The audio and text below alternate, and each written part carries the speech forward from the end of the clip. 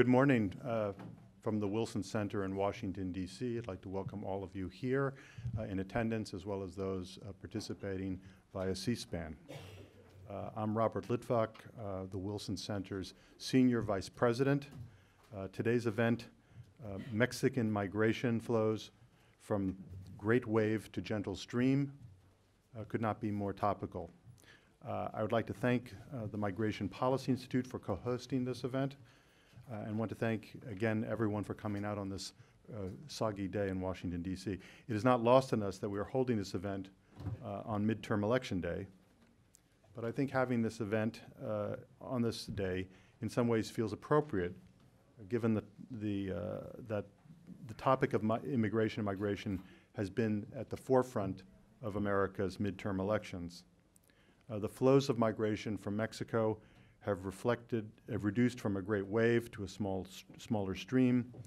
Mexican migration to the U.S. is currently at net zero, with more Mexicans leaving than coming to the U.S.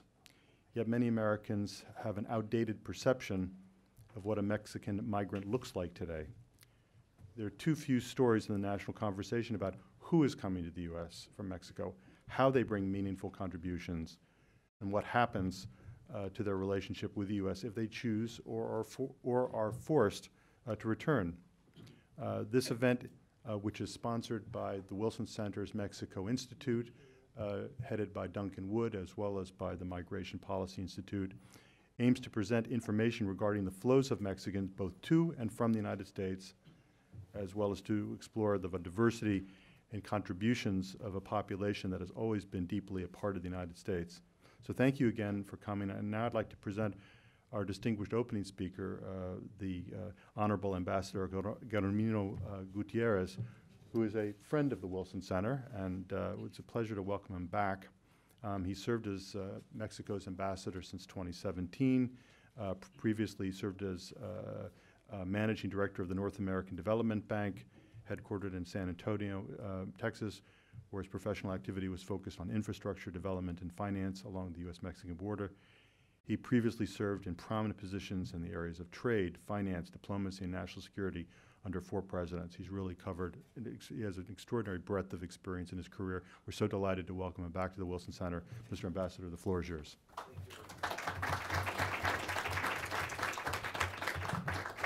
Thank you very much for that very kind introduction. Good morning to all of you. Allow me first to thank the Woodrow Wilson's Mexico Institute and the Migration Policy Institute for organizing this seminar and for inviting me to be part of it. These 2 institutions have consistently made a very valuable contribution to our shared understanding of the migration phenomenon between Mexico and the United States and its implications. More importantly, both countries will always benefit from having a more thoughtful, open, and fact-based exchange of ideas about this topic. The seminar comes at a very fitting time. It provides a good opportunity to discuss the changes in migration patterns from Mexico to the United States and the diversity of more recent Mexican migrants into this country, and also the dynamics and challenges that take place upon their return to Mexico. All of these are very relevant topics to the ongoing cooperation agenda that Mexico and the United States have and must continue to do so with respect to immigration. As I have said before, Mexico and the United States have a clear shared interest in working together to make sure that migration is safe, it's orderly, and it's legal. In my view, the present status quo is clearly and simply unacceptable for everybody. And until we achieve this objective, there will continue to exist a huge gap in the expectations, and I dare say the hopes, that the governments and the people on both sides of the border have about the overall bilateral relationship. Let me say this a little bit more bluntly. The current status quo clearly affects the tone, the substance, and the perspectives of the overall bilateral relationship. During this morning's first panel, we'll hear about the changes in migration patterns. The panelists, I am sure, will give you a far more nuanced view of these changes than I can. However, let me just highlight what, in my view, is the single most important change: the sheer reduction in the number of Mexicans that migrate to the United States. Several studies and surveys, as well as the United States government-owned estimates, point to this fact. Mexican irregular migration into the United States quite clearly peaked precisely at the turn of the century, and since then, it has been pretty much in decline. Today, unfortunately, it is often overlooked that the year 2000 registered 1.6 million apprehensions of Mexican nationals by the Border Patrol in our shared border. 1.6 million. Last year, the 2017, that figure was 130,000. These numbers naturally invite the question of what has happened. What explains the change from a great wave to a gentle stream, to borrow the seminar's title? With respect to migration, as in other complex phenomena, I have learned throughout the years that one must look for multi-factor explanations. Without a doubt, increased enforcement by the United States migration authorities is relevant and will continue to be so. But also, and I think more importantly, Mexicans have found better opportunities in Mexico during the last 20 years. But these numbers, and at risk of sounding naive, this reduction, I believe, it's also important because it makes more likely than Mexico and the United States could eventually find some form of agreed framework to manage whatever migration and whatever mobility takes place between them.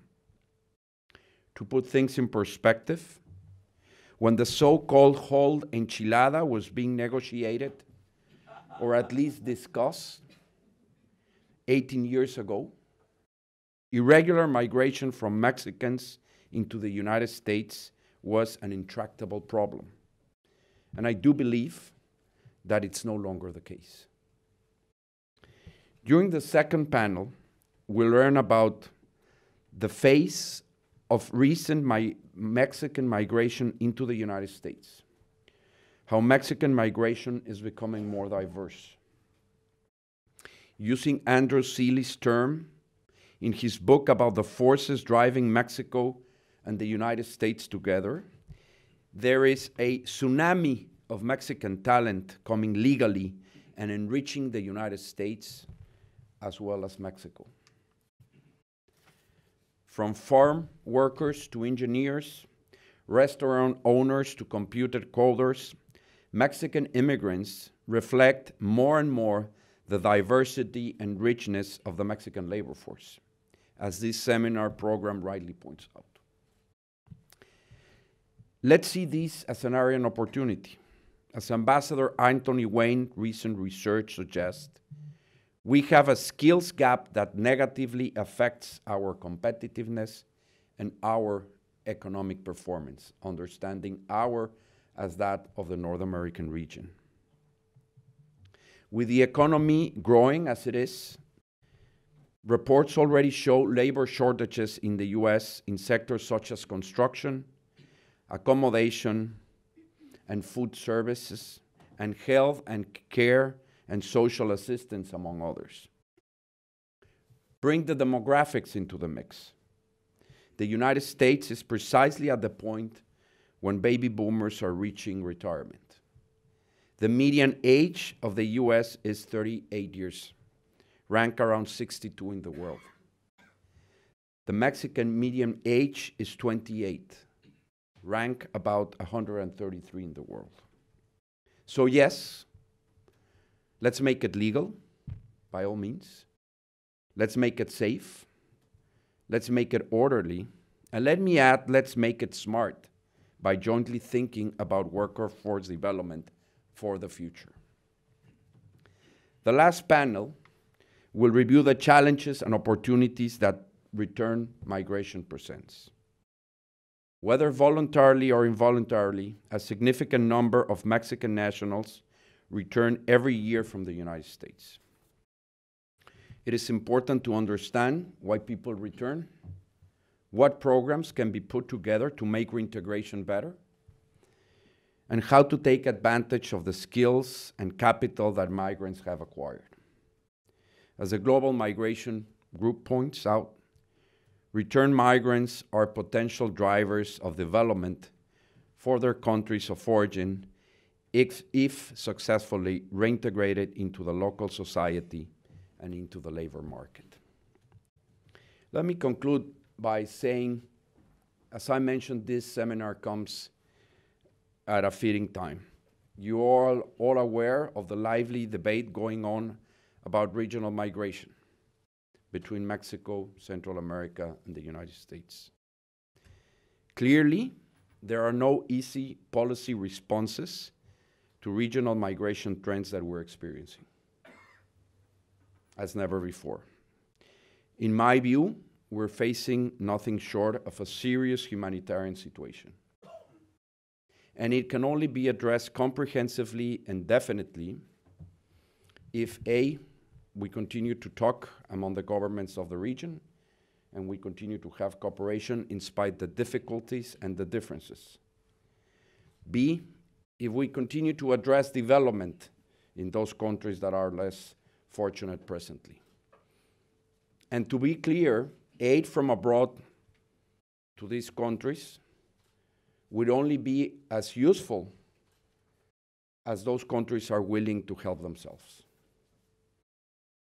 And C, there needs to be enforcement of immigration laws throughout the region. And we must do so humanely and respectful of human rights. But it is only through the combination of those three elements, in my view, that we can address the present regional migration patterns that we're facing. I want to thank you again for the invitation to join you this morning, early. I again thank the Migration Policy Institute and the Mexican Institute for educating our debate and our exchange of ideas about the bilateral relationship overall. It has been, as I mentioned, a consistent and valuable contribution that I've certainly learned to appreciate throughout many years. So I thank you. I wish you that you have a very productive seminar, and if it's appropriate, I'll be happy to take a few questions if there are. And if not, I'll be happy to have my coffee. Thank you very much.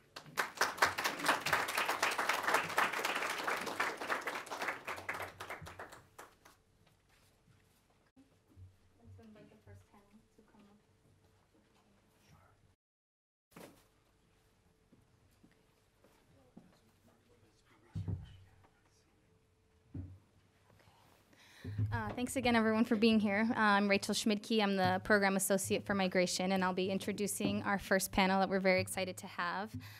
Moderating our panel at the very end here is Julia Gellett. Julia is a Senior Policy Analyst at Migration Policy Institute. She works with the U.S. Immigration Policy Program, and her work focuses on the legal immigration system, demographic trends, and the implications of local, state, and federal U.S. immigration policy. Next, we have Mark Hugo Lopez.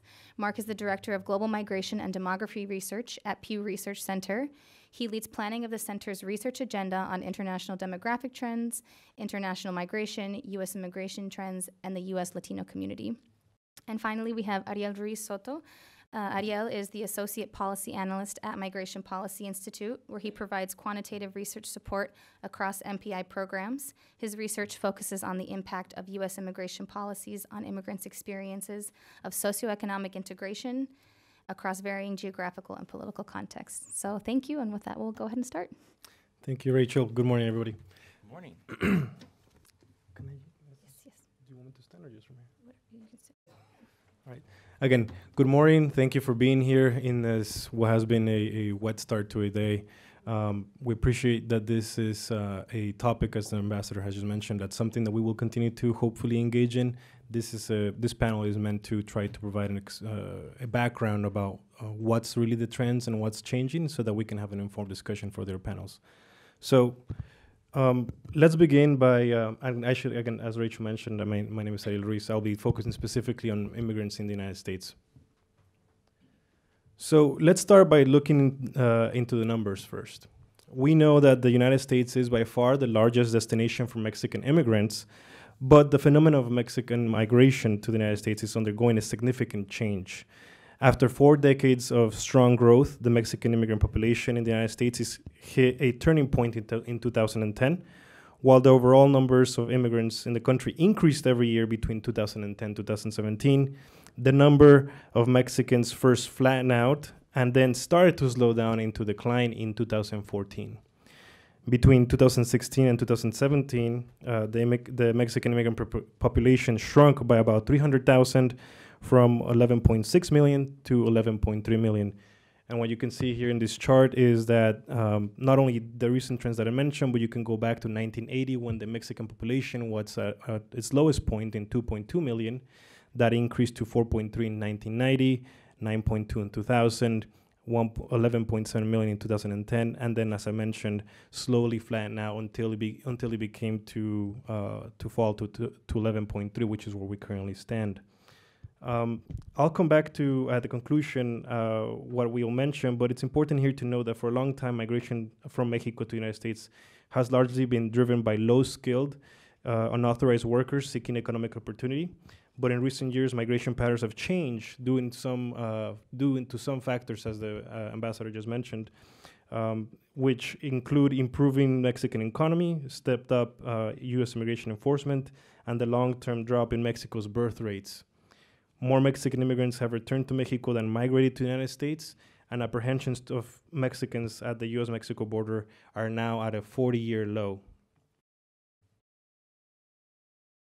In the second slide, you can see that even though the numbers have decreased for Mexican migration, Mexicans continue to be the largest immigrant group in the United States. Mexicans now comprise 25% of the immigrant population.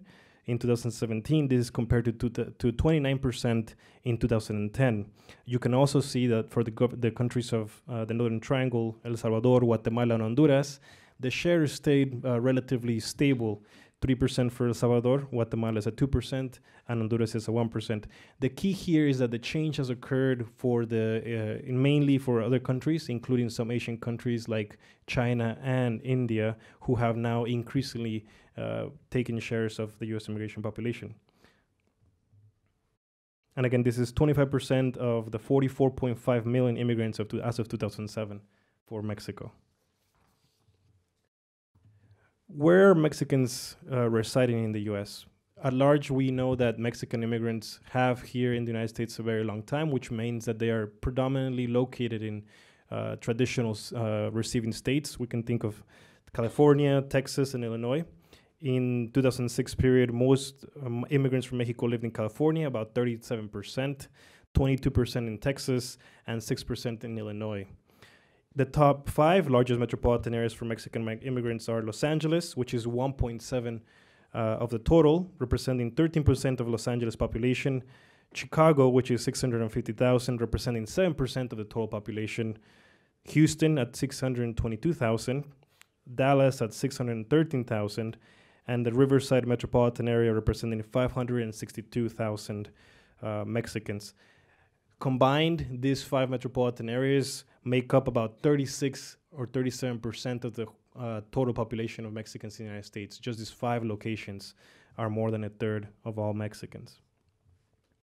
And you can see as well that there's also other regions that are maybe not traditionally immigrant receiving states, but for example, you have Washington State, Oregon, also in the Florida, and then now more recently, of course, in the South, which with Georgia and Alabama and other places, including Louisiana, that has also seen an increase in Mexican populations. So let's talk about, or at least for now, put the total demographic profile, what's the same and what's similar and what's different among Mexican immigrants compared to other immigrants in the United States. The first thing is that Mexicans are more likely to be male. than others. 48% of Mexican immigrants are female, compared to 52% of all immigrants in the United States. Mexicans tend to be younger than all immigrants. 43 is the median age for Mexicans, compared to 45 for all immigrants. And then there's also in terms of what we term limited English proficiency, which is the ability for immigrants to speak English better than well. Mexicans are about 67% of them are identified as limited English proficient, compared to 48% of the total population. We all can also see that 86% of Mexicans are within the working age range, which we here call 18 to 64, compared to 79%. This is key, the next point, which is labor force participation for Mexicans is 69%. That is compared to 66% of all immigrants. So Mexicans are more likely to be in the labor force. And this is compared to 62% of the native-born population. So both Mexicans and all immigrants have higher rates of labor force participation. Households on Mexican immigrants are about 4 people, compared to 3 in total. The median income for Mexicans is about $45,000 compared to about $56,000, and the percent of Mexicans or Mexican families living in poverty is 21% compared to 14% for all immigrants. Uninsured rate in terms of healthcare, those 37% of Mexican immigrants lack insurance compared to 20% of all immigrants. Now, we've, I think, known for a long time that Mexicans are an integral part of the Mexican or the immigrant labor force in the United States. One thing that we don't always suggest or talk about is what type of work they do. As you can see from this graph, about 29% of Mexicans work in service occupations, 26% work in construction and other service occupations, and about 21% work in transportation and material occupations. Now, another thing that I want to highlight in this graph specifically is the difference between 32% of all immigrants and 12% of Mexicans who work in what we call professional service occupations. Now, again, this number shows that Mexicans are not necessarily in this occupation, but what these numbers don't show in this slide is that there's actually a substantial number of Mexicans working in this population, in this sector. Mexican population, the Mexican immigrants are the second largest group after India in working in professional service occupations. Again, this is something that the ambassador referred to earlier in his remarks. And the reason why this matters is because Mexicans are now, even though their educational attainment has been lower in the past, are now beginning to catch up with the other countries. What this slide shows is on the left, it shows you the purple bars that talk about all immigrants. On the right shows you the Mexican immigrant population. Within each group, I make a specific designation about looking into those Mexican migrants who have been here in the United States in total, but specifically looking then again at those who have come in, we call recent migrants, who have entered the United States in the last 5 years. Why this is important is because you can see a trend on both all immigrants and Mexican immigrants that shows that more of the recent migrants are having more college education than before. You can see that in 2005, Mexican population in total was 5% had a college degree or more. That was 7% for those who had come in the last 5 years. And so now looking in 2010, you see that the number of Mexican education attainment sort of stayed the same in 2010. It increased for those newer flows with 10%. And in 2016, 14% of those people who have come in the last 5 years, which would be 2012 forward, had a college degree or more. This compared to 47%, of course, by all immigrants in the United States. But what these numbers don't really show is that the increase from 10 to 14% is actually a higher percent increase than from 38% to 47% in the all immigrant category. So again, this is very key to note, because one of the key ideas is that the Mexican migration is not only decreasing in the terms, but it's also becoming more educated. And this is something that I'm sure we'll bring up in the other conversations. Quickly to the other point of this is something that we've already known for a while now, is that the Mexican population is actually quite settled in the United States. About 89% of Mexican immigrants have been in the United States at least since 2009. Again, that's 89% of Mexican immigrants in the United States have been in the U.S. Since 2009. The population of Mexicans that has come since then is only 11% compared to 21% for the other groups. And I guess that was, I hadn't changed the slide, so but you can see that there. Now, another key piece that I'm sure we have received more attention in the media currently is the idea of how many Mexican immigrants are undocumented or unauthorized in the United States. This is important to note, as the ambassador was noting. In 2007, 6.9 million Mexicans were here illegally. This is now a difference of 5.9 million in 2016. Again, that's 6.9 in 2007 compared to 5.9 in 2016. The makeup also is important to note that not all, and in fact, only the majority of Mexican immigrants in the United States are legally present. 23% of them are naturalized, 32% of them are lawfully permanent resident in the United States or have another legal background. This is the idea that not all Mexican immigrants here are unlawfully or illegally. Only 45% of them are here in that status. Now, another thing that may not be surprising, but it's important to note here, is that most Mexicans who obtain green cards do so through family reunification channels. In fiscal year 2017, 87% of the roughly 171,000 Mexicans who became lawful permanent residents did so either through their immediate relatives or other family members in the U.S., a much higher share than the 66% of new LPRs from all other countries. Mexican immigrants were much less likely to gain green cards via employment pathways, which is only 3%, as you can see there, compared to overall the LPR population of 12%. The last thing I'll mention in my presentation is another big component of the current that's affecting the Mexican population is DACA, the Deferred Childhood for Arrivals program that the Obama administration started in 2012. We can see that from this graph that over 2/3 of Mexican immigrants who immediately are eligible for DACA have applied and received it. Again, that's 67% of Mexicans who are eligible have received it. This is different or compared to 64% of Salvadorans, 59% of Hondurans, 50% of Brazilians, and so forth and so on. The key thing to highlight here as well is that the DACA program is predominantly occupied or used by Mexican immigrants. Mexicans represent 80% of the 700,000 DACA holders in the United States. Again, that's 80% of the 700,000 DACA holders are from Mexico. No other country of origin makes up more than 4%. It's 80% Mexican. Volumes of research have well documented the positive impact that DACA has on these immigrants' lives, increasing their well-being, providing access to employment, access to financial stability, access to better and more skilled higher jobs, increasing income, improving college access, specifically for women migrants, who are many of them Mexican, of course.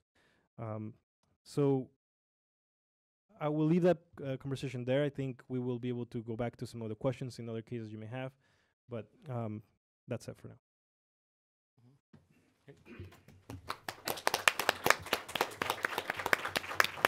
Well, thank you, Ariel. I think those data give a really good base for our conversation moving forward and present a really interesting profile and some new and surprising, in some ways, trends of the Mexican population. So Mark is next going to give us some context for these trends by showing us some really interesting new survey data of Mexicans both in the United States and in Mexico, their perceptions of life in the United States, opportunities there, and how that shapes their thinking about migration. Great, thank you. Would you like me to do it from up there? Is it okay if I actually go up there? If you want to, yeah. Great, absolutely. okay. Good morning, everybody. Good morning. At the Pew Research Center, we've been doing a lot of surveys, both in Mexico and in the United States, of Mexican adults, of course, in Mexico, but also of U.S. Latinos in the United States, which, of course, Mexicans and Mexican immigrants make up a large share. So I want to share with you some findings from some of the recent work that we have done. Much of this comes from 2018, so this is pretty recent data, but I want to give you a sense of what do Mexicans think of the United States? and particularly about life in the United States and their intent to migrate. I also wanted to show you what do Mexican immigrants in the U.S. think about life in the United States? And would they do it again if they could? What do they think about opportunities for their kids? What about just opportunity overall? Have we seen a change in their opinions about the U.S. in recent years? So let's get started, and I want to start with Mexico first. This is a chart that shows you over time the views that Mexicans have had of the U.S. This is a share, the green line is a share that have a favorable view of the United States. And you can see that when President Trump became president, the share of Mexican adults who said they had a favorable view of the U.S. dropped from about 2/3 in the last year of Obama to, in 2017, 30%, and we're still at around the same number for 2018. So this is a pattern that we've seen happen around the world. You should know that Mexico is not unique in this perspective.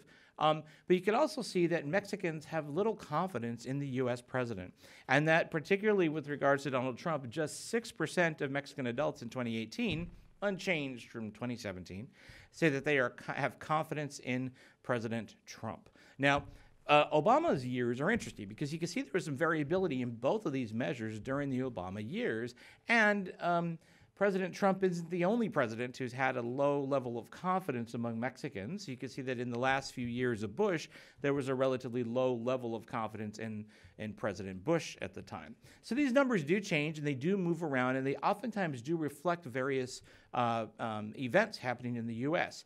The decline, for example, around 2010, was right around the time that Arizona had introduced SB 1070. And so there was if you actually look at the data from 2010, you'll notice, for example, that before Arizona did this, there was a much more positive view of the United States.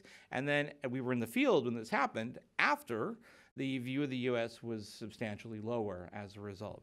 So some interesting findings about just what Mexicans think about the U.S. Of course, we've also been asking Mexicans about whether or not life is better for those who've moved to the U.S. there, or whether there's really not all that different from Mexico, or whether life is worse for those who've moved there. And you can see that in answer to the question, people from our country who moved to the U.S. have a better life, that share has risen in the last year or so. Now, this is only through 2017. We don't have 2018 numbers yet available.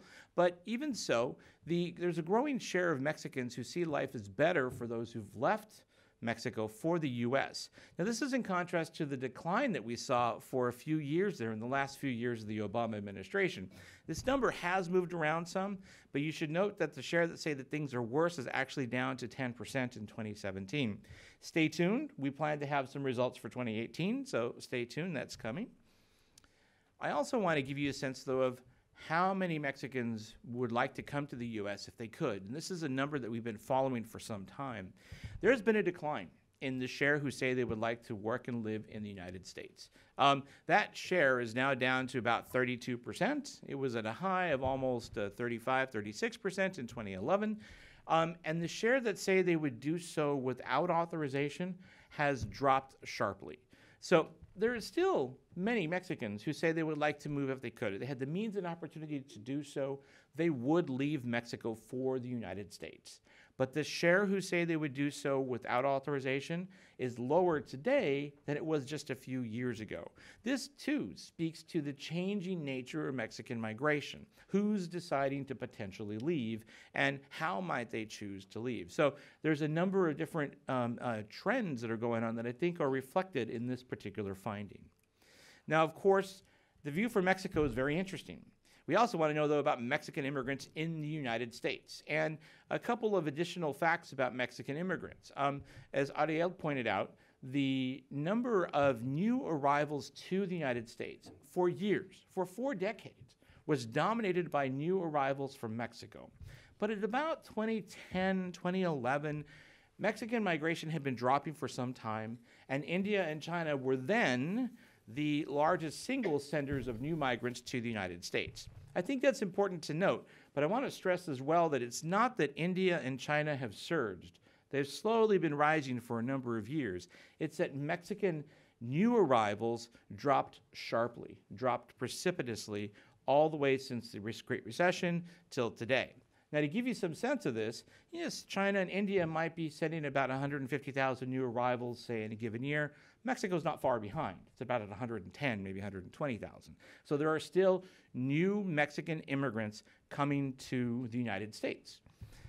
Now, when you take a look at the sort of attitudes of Mexican immigrants, and we did a survey recently of the U.S. Hispanic population, here are some important findings. And I want to show you that Mexican immigrants particularly have become more pessimistic about things in the United States, about life in the U.S., about their own lives, and they're worried about a number of things. First, more than half say that the situation of Latinos in the United States has worsened in the last year. By comparison, among all Hispanics, only 49% say that. So Mexican immigrants are more likely to say things have gotten worse for the group. 61% say they have serious concerns about their place in America after Trump's election. Now, this is a number that is much higher than it is for the general Hispanic public. Only 52% of all Hispanics say the same thing. So Mexicans, and particularly Mexican immigrants who are in the country without authorization or maybe don't have citizenship, they're the ones who are most concerned about their place in America.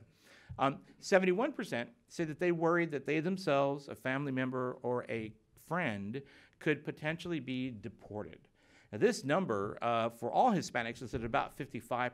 So again, Mexican immigrants are more concerned about deportation than other groups of Hispanics.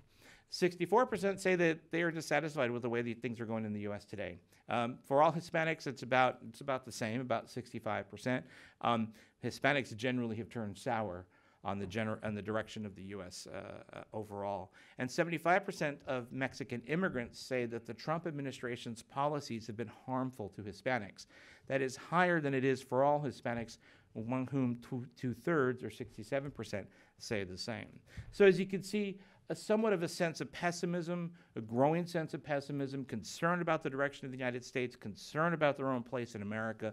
There's a lot of pessimism in this particular survey. Now, we also did ask Mexican immigrants, and all immigrants, by the way, in this survey, if you could do it again, would you come to the U.S. all over again? 82% in 2011 in Mexican immigrants, and about 80%, by the way, of all Hispanics, said, yes, I would do it again. That number is down to 70% in 2018. So we've seen a decline in the share of Mexicans who say they would do it again. Largely, more recent arrivals are the ones who are most likely to say, no, I wouldn't do it again if I had a choice. But I want to stress that the Mexican immigrant population is largely settled.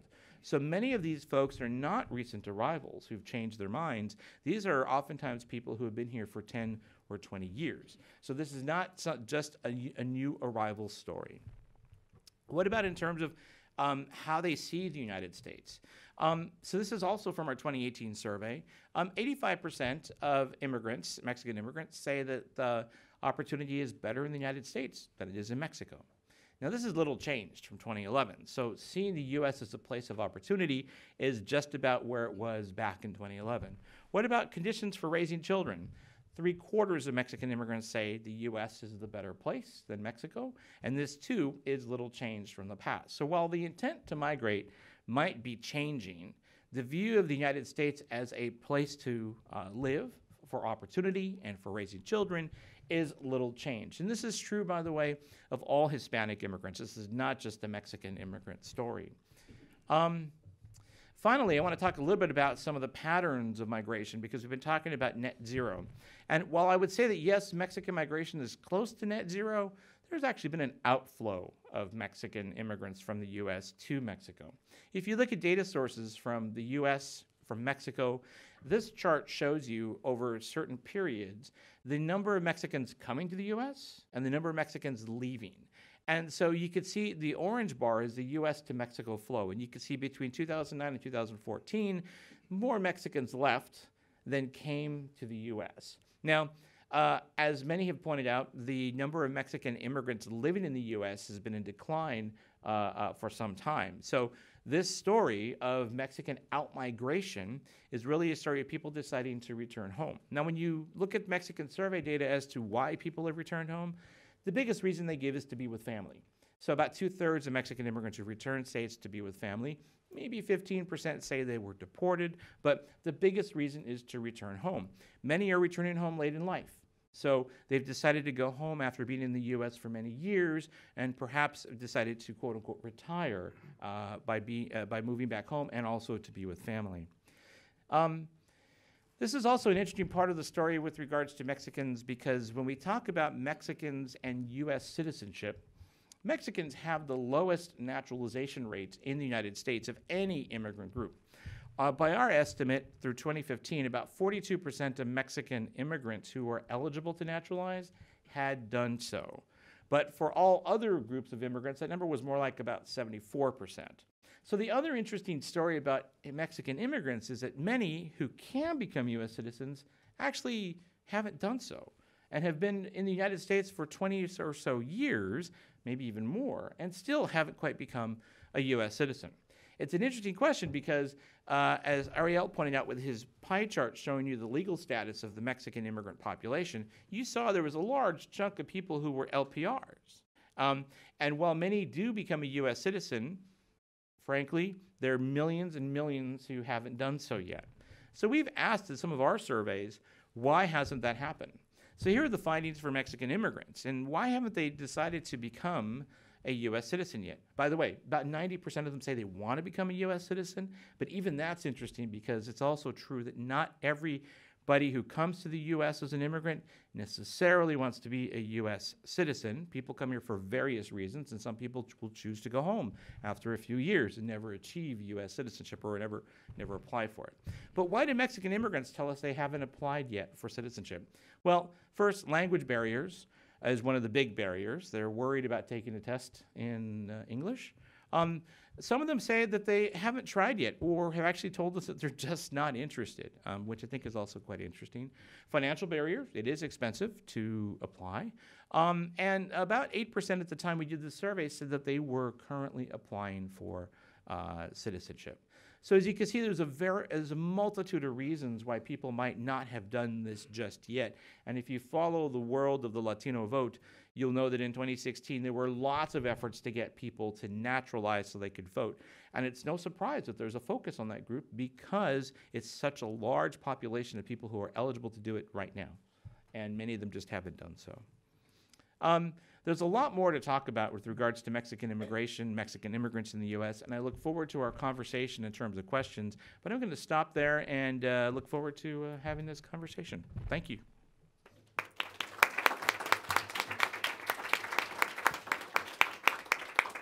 Well, thank you so much, Mark. I'm going to start off the conversation with a few questions, and then we'll turn it to the audience and give you all a chance to ask yours as well. But I wanted to ask you first, you both showed the declining immigration from Mexico and that the stock of the population has actually declined. And you mentioned, Mark, some of the reasons that people may be returning from the United States back to Mexico. But could you both say a bit more about what are the reasons why the inflows are down? The ambassador mentioned immigration enforcement from the United States, but what are some of the other factors that may be shaping these trends? I think one of the big factors that the ambassador mentioned two of the big ones, which is U.S. Enforcement, the border. Mexico has changed. It's a different country today in terms of opportunities than it had been in the past. But as Ariel pointed out, it's also a country whose demographics have changed. So when we talk about the potential for migration from a place, how many young people are there? How many young people are there who don't have a job, who might be looking for opportunities? And as Mexico has changed, its economy has improved, young people have opportunities within the country. And so you talk to some young people and they'll say they want to become an engineer and decide to stay in Mexico rather than going to the United States. So to me, it's interesting that the demographics of the country are changing. And Mexico, by the way, is aging just like the rest of the world. And at some point in the coming decades, it'll actually have a higher median age than the United States. It's to come, but we'll see what happens. But that's an important part of the story.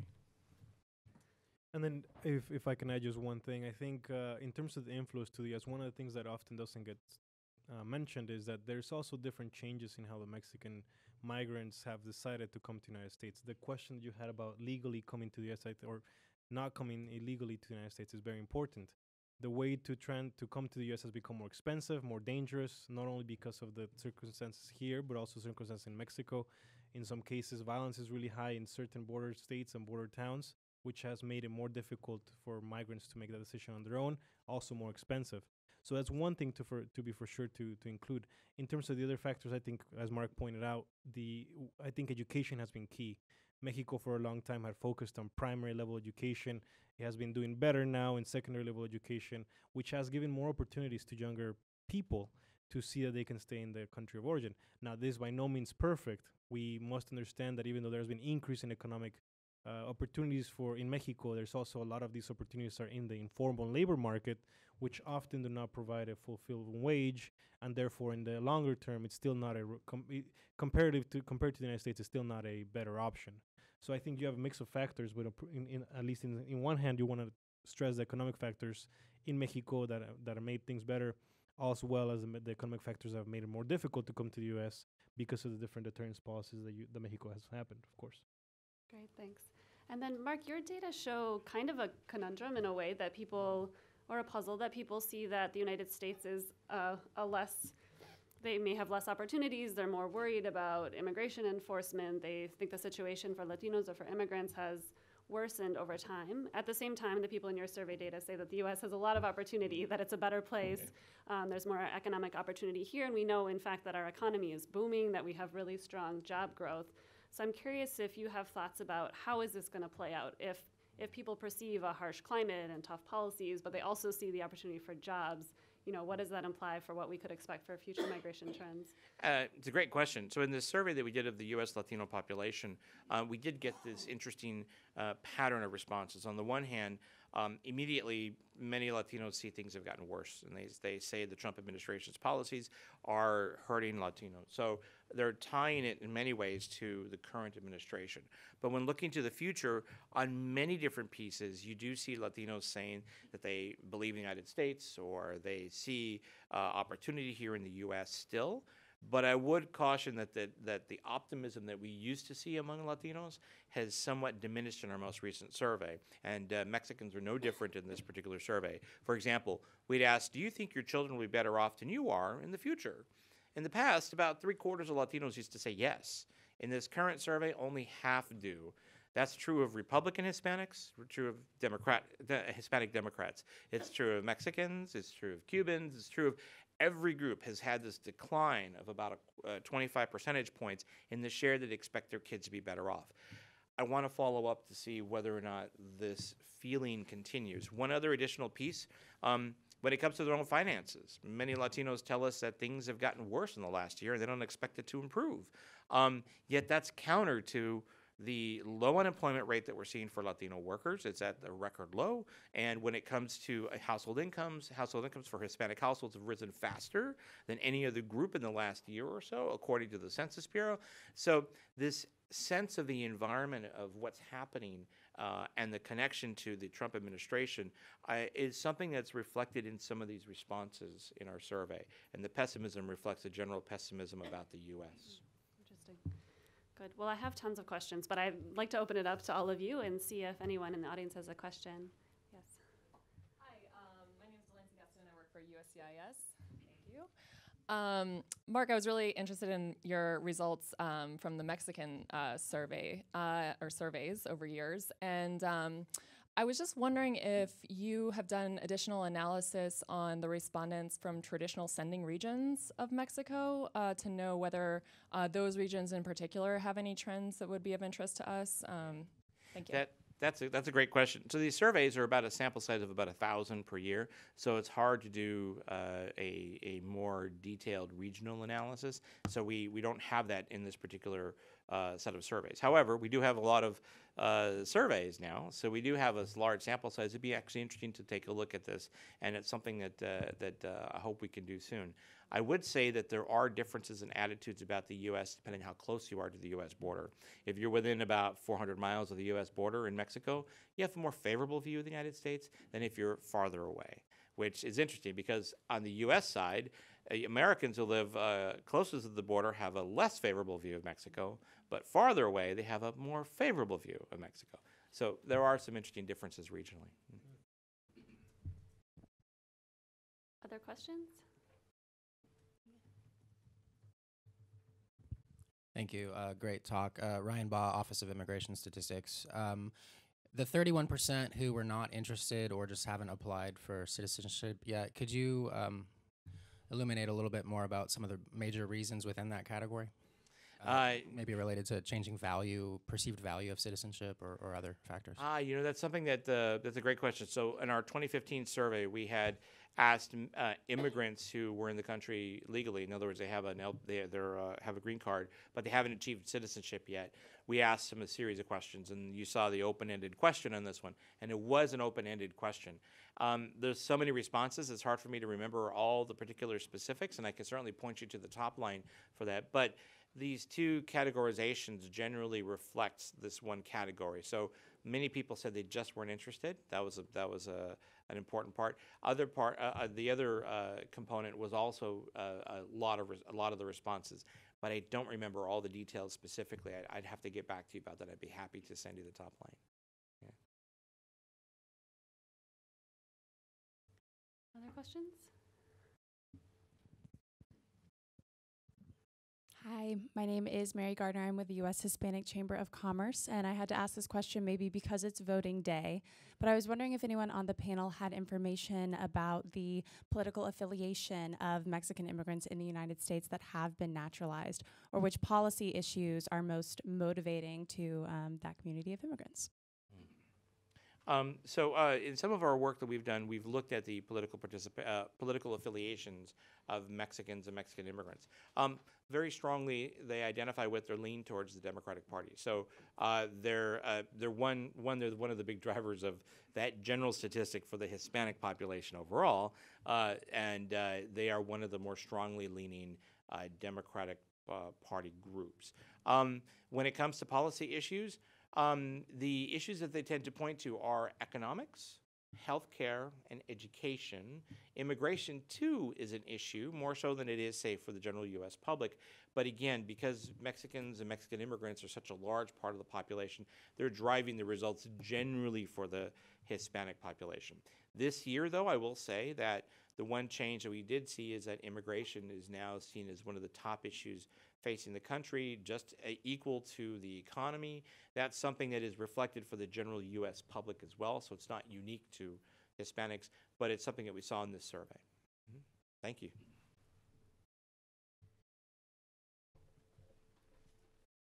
Any others?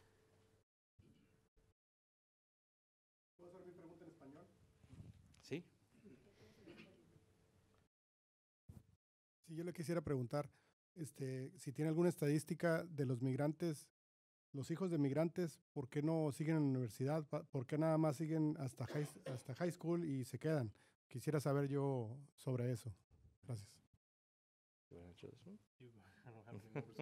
I don't know if I have the numbers either, and I'm not sure I understood everything. Entonces, los niños que nacieron en los Estados Unidos, de los inmigrantes que son de México, ¿sí? En este grupo, la segunda generación tiene un nivel de educación que es mejor en comparación con sus padres y en comparación con las otras generaciones, la tercera o más generación, entre los mexicanos en los Estados Unidos. También los jóvenes de los inmigrantes tienen un nivel de educación que es más alta en comparación con otros grupos de hispanos. Yo pienso que es interesante porque la historia de los Estados Unidos es una historia que los inmigrantes están aquí para ayudar a sus niños. Y entonces sus niños en la segunda generación tienen una historia que es mejor en comparación con sus padres y es un crecimiento muy grande.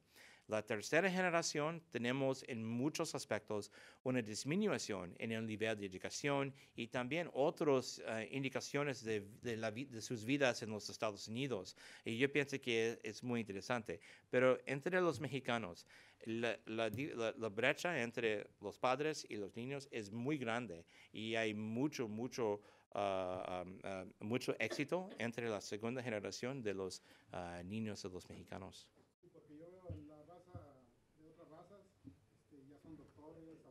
Sí. Están por aquí. Sí.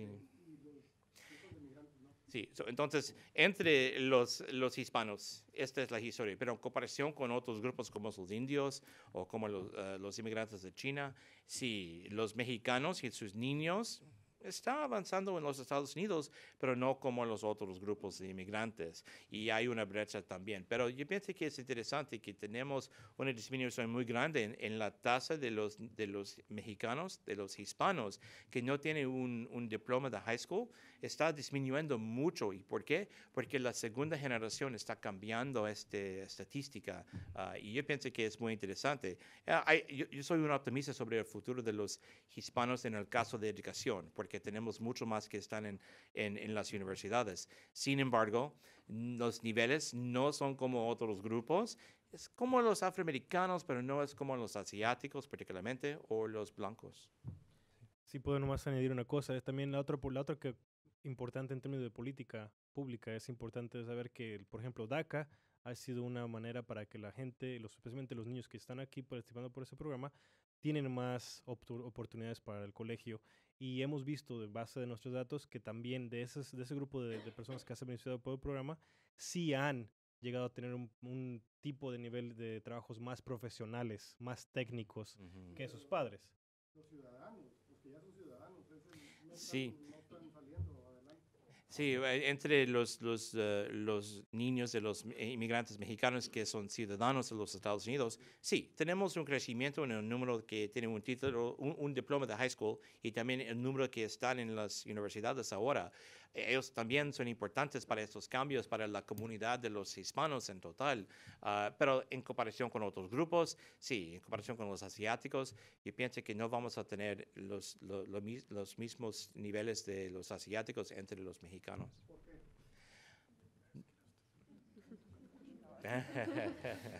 We have an answer in the. Whoops. Sí. Let's stick to English just in case everyone.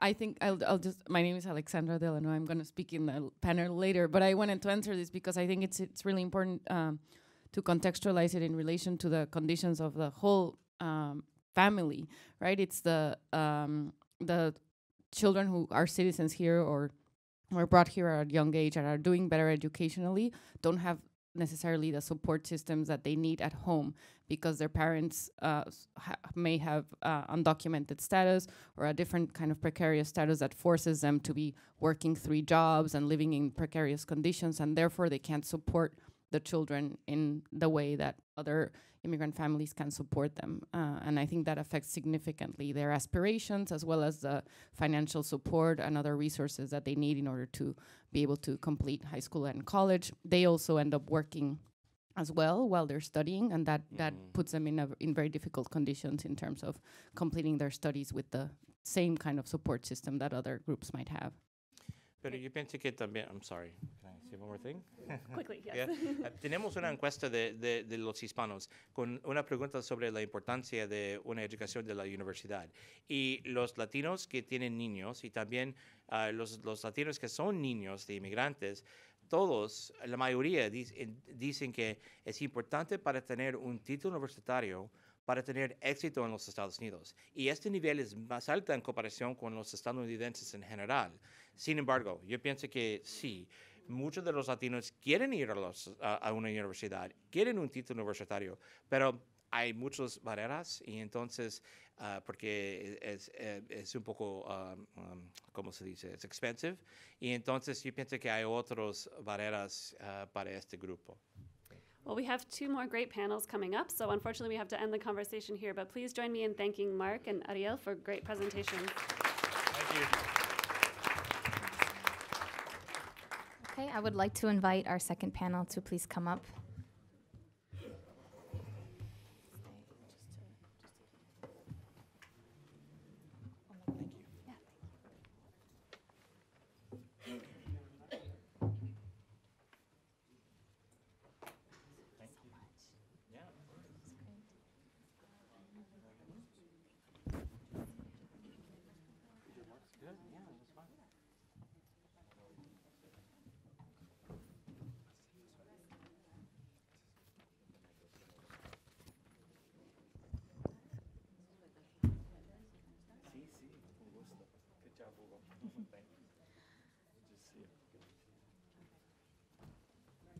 Okay.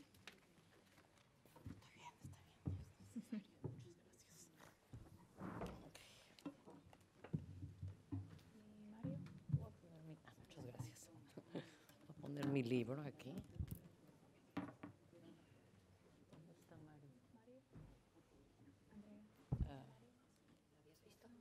Sí.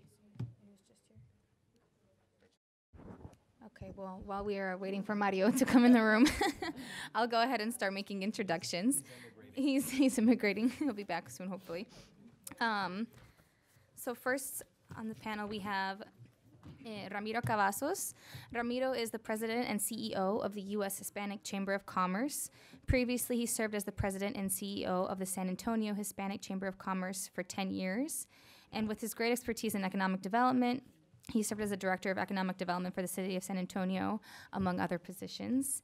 Next, we have Faye Berman. Faye Berman is a Mexican-American writer who chronicles the cultural and political life of the Hispanic community in the U.S. Her work is regularly published in a variety of Mexican publications, several of which are read broadly across the Spanish-speaking world. Her book, Mexamérica, Una Cultura Naciendo, was awarded the International Latino Book Award in 2018.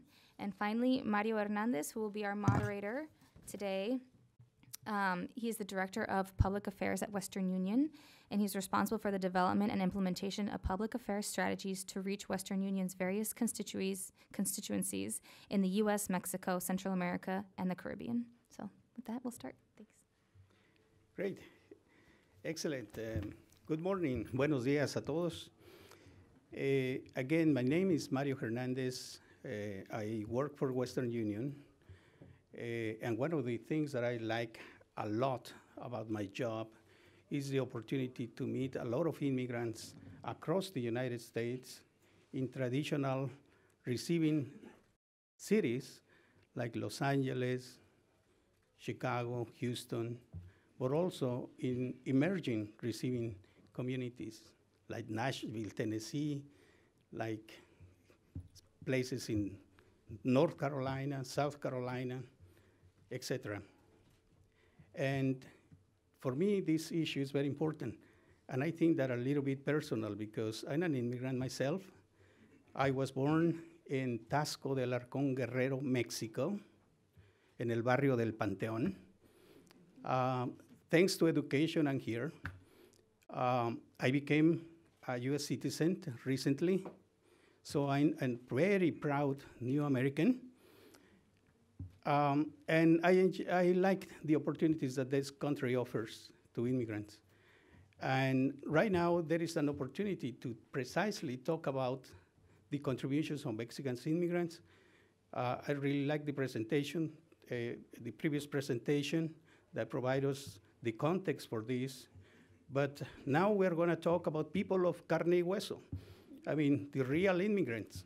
And that's why we have two super panelists here. And we will start with Faye. Faye. Well, okay. Many years ago, more than a decade ago, I was writing about music and dance in New York, and I was seeing the enormous change, New York becoming Manhattan, and I couldn't lose that opportunity. And what I was seeing portrayed in media and what I was seeing with my eyes were very different situations. New York, like many other metropolitan areas in this country, has these two Mexicos represented: the elite, the cultural, economic, intellectual elite, artistic elite, and also the very poor ones. In New York, it's very dramatic because most of the population is from La Mixteca, very poor and illiterate. And also you have, superstars that arrive to this country because they want to have a universal projection. And it turns out this is now the biggest empire in the universe for the time being.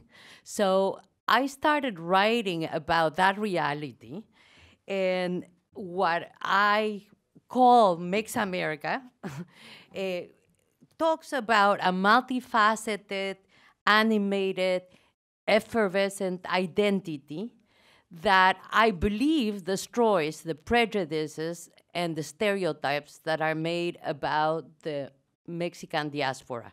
So I talk in the book about the contributions of Mexicans, of Mexican immigrants, and sometimes, although that's a small part of my book, of the following generations of people of Mexican origin in the arts, in science, in technology, in academia, in business, in diplomacy, and in politics. That's one of the 5 themes in the book.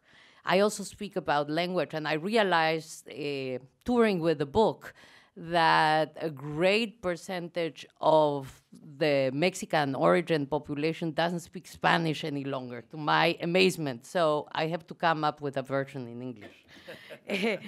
But the main idea was to show that we are much more than remittances and folklore. We are very appreciated for our tequila, our Cinco de Mayo, our mariachis, but there's so much more. And before I share the contributions of these remarkable people that I put in the book, which are a slim example of who we are, I want to underline that the Mex-American culture is in the periphery. It's invisible. It doesn't exist in Mexico. It doesn't exist in the United States. Why? One thing is that although the contributions of remarkable Mexicans and Mex-Americans are recognized, we don't see them as representative of a community. Number 2 is justifiably the attention is on the undocumented. However, the narrative has the undocumented. Where is Mr. Hugo? How many are undocumented of the Mexican diaspora? About 5 million. So that's no, but no, I'm not talking of immigrants of the diaspora. That would be like a sixth. Okay, so that's a small part, still significant, but not the most important part. And when you open a newspaper in the U.S. or in Mexico, what do you see? The border, drugs, the undocumented, and it's never about this 36.5 million people who are here for decades and decades and who contribute to the society. Another thing is that there's a stubborn illusion that Mexicans or Mexican origin Americans are Mexicans. Nothing happened to them on the journey. Nothing happened to them by immigrating. Nothing happened to them by being 10 or 20 or 30 years in Chicago and Los Angeles. They speak Spanglish, but they are identical to their cousins in Pátzcuaro. As if there is no merging of the Mexican and American culture, as if the population of Mexican origin lives isolated from European Americans, Asian Americans, African Americans, American Jews. So those are the main reasons. And now let me go to this people, which is, I think I only touched in a few people because I live in New York, I'm a freelancer. The sample is, I think, probably very small compared to the reality. And I start with the arts because I think the impact of Mexican art in the U.S. has been enormous. Diplomats like talking about it as soft, give me a soft power.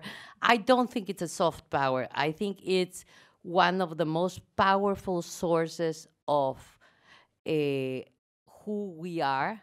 The Mexican culture is very strong when it comes to its arts. Marius de Zayas is a very important character. I didn't know anything about him when I came to this country. He came during Porfirio Diaz. He immigrated to the United States, became on his own right a vanguardist, a well-respected artist. But one of the main things he did, I don't think this works anymore, but I scream a lot, so I guess it's fine, is that he brought the work of Picabia, of Picasso, of Rivera to the United States. this meant the beginning of modern art in this country. How the capital of modern art changed from Paris to New York. Miguel Covarrubias, before he was very important in all the arts of Mexico, before he was an important anthropologist and ethnologist, before his research in Bali, he came for about 10 or 12 years to New York. He had very important connections. He made illustrations that portrayed the elite and the celebrities of this country in a very peculiar way in the covers of Vanity Fair and the New Yorker. He then was fascinated by African American Harlem, which was, the birth of jazz, Charleston, Lindy Hop, the blues was happening, and the white population had no clue about it. He was the first that portrayed it in illustrations, and in fact, his emblems were copied throughout the world, and they became emblematic of what Harlem was supposed to look like. Another important contribution was that he organized one of the most important exhibits at MoMA. It was called 20 Centuries of Mexican Art. And another important thing is he brought together all kinds of artists that together created what we now call modern art. Aaron Copland, Jose Limon, Martha Graham, Eugene O'Neill, Van Vechen, Nicholas Murray, who else? Jean Cocteau, Andrés Segovia, etc., etc. So he was an important element in the birth of modern art in this country. And of course, in Mexico too. And then, of course, we have the muralists who left murals all over this country. But not only that, they were teachers of some of the most important painters of the United States. For example, Jackson Pollock was a student of Siqueiros. George Riddle was a student of Rivera. Charles Aston, I think, went to Mexico to study with Rivera. These were the people that made the first murals in this country, no? Well, not Jackson Pollock. Jackson Pollock is known for something else. And then we have, characters in the present, like Julián Zugazagoitia, who converted neighborhood museum that was dedicated to marginalized Puerto Rican art in one of the most important institutions dedicated to the promotion of Latin American art and Hispanic American art, but also underlying the importance of, all this that I've told you so far about this artist, I learned from him. The importance of this artist that came from Latin America on the birth of modern art in the United States. Then there's Jose Limon, that probably a lot of people don't know about because dance is a forgotten art. But Jose Limon was one of the pioneers of modern dance in this country. He came from Sinaloa because of the revolution. He really, the role of males in dance really owes a lot to him. He was also quite important in portraying narratives through dance, using the body as an expressive force, which sounds like the natural thing, but it's not really the case.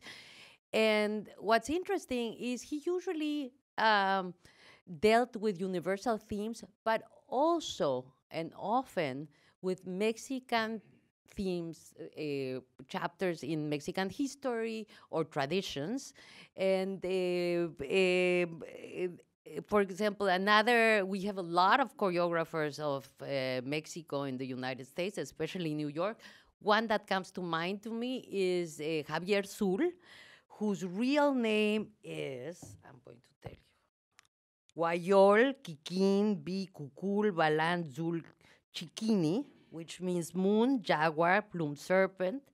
He's originally from a town in the jungle of Campeche, and he was trained as a Nahual. Supposedly, he is able to transform himself into an animal physically or spiritually. I'm saying his words.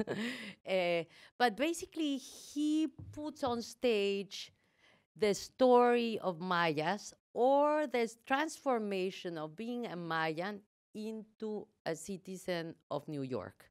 And it's quite fascinating as, you know, an immigrant, as an artist, for anybody to see. And then we have our musicians, which there are tons. Carlos Chavez made his most original, universal, and Mexican work in New York. He was a very good friend of Aaron Copland. They spoke about classical music of the Americas to transform, to get away of the European Romanticism, to create a modern, not nationalistic music, but something that contained something that was specific to the New World. And we have tons of composers today. Sam Zeman, he's a Juilliard. I'm going to look at notes. Carlos Gutierrez, Max Lifshitz, Ricardo Son Moldun is the head of the Eastman School of Music. Then we have the Cuarteto Latinoamérica, I know who is, they're four brothers, one of them is here, but they really introduced to the world contemporary Latin American music. You would have to read the book to find out why all this happened. But, and we have, of course, the three amigos in film. Of course, in journalism, we have Jorge Ramos, Maria Hinojosa, et cetera, but we also have people in other areas. For example, in medicine, we have a bunch of doctors. An interesting story is the one of Dr. Q. Disney is now producing a movie about his life. He started as a... we have time to do it. Well, we can continue later. There will be another opportunity, but I think the opportunity now for Ramiro. Ramiro. No, thank you, Faye. Pues a mí es un honor estar aquí con ustedes. Mi nombre es Ramiro Cavazos y quiero agradecer el Wilson Center y el Mexico Institute y a Rachel por la invitación y ustedes por estar aquí con este panel y Faye, a ti también. Quiero reconocer a Kino y a Enrique, unos buenos amigos que están aquí con nosotros. I'm very honored that our ambassador, Jerónimo Gutierrez, who spent whose home is still in San Antonio, has served both nations. I myself work in Washington. My home is in San Antonio, and I sleep on planes.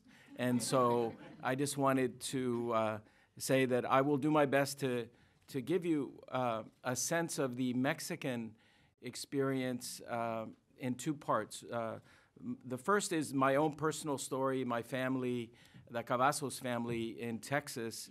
And then the second part will be more the historical perspective of what Mexicans have experienced in the U.S., even though they were here before it became the U.S.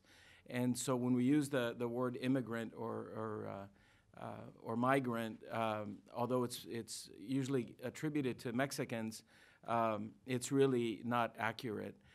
The Japanese have a saying that when you drink the water, you need to remember who dug the well.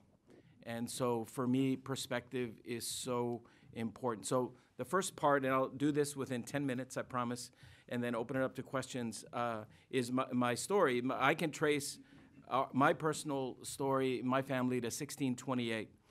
This is not the Grapes of Wrath story or the Wrath of Tamales story, but my father, Ramiro Raimundo Cavazos, is a sixth-generation Texan, and he was born in a small town of Hueslaco in Hidalgo County. Those of you that know Texas, it's 10 miles from the Mexican border.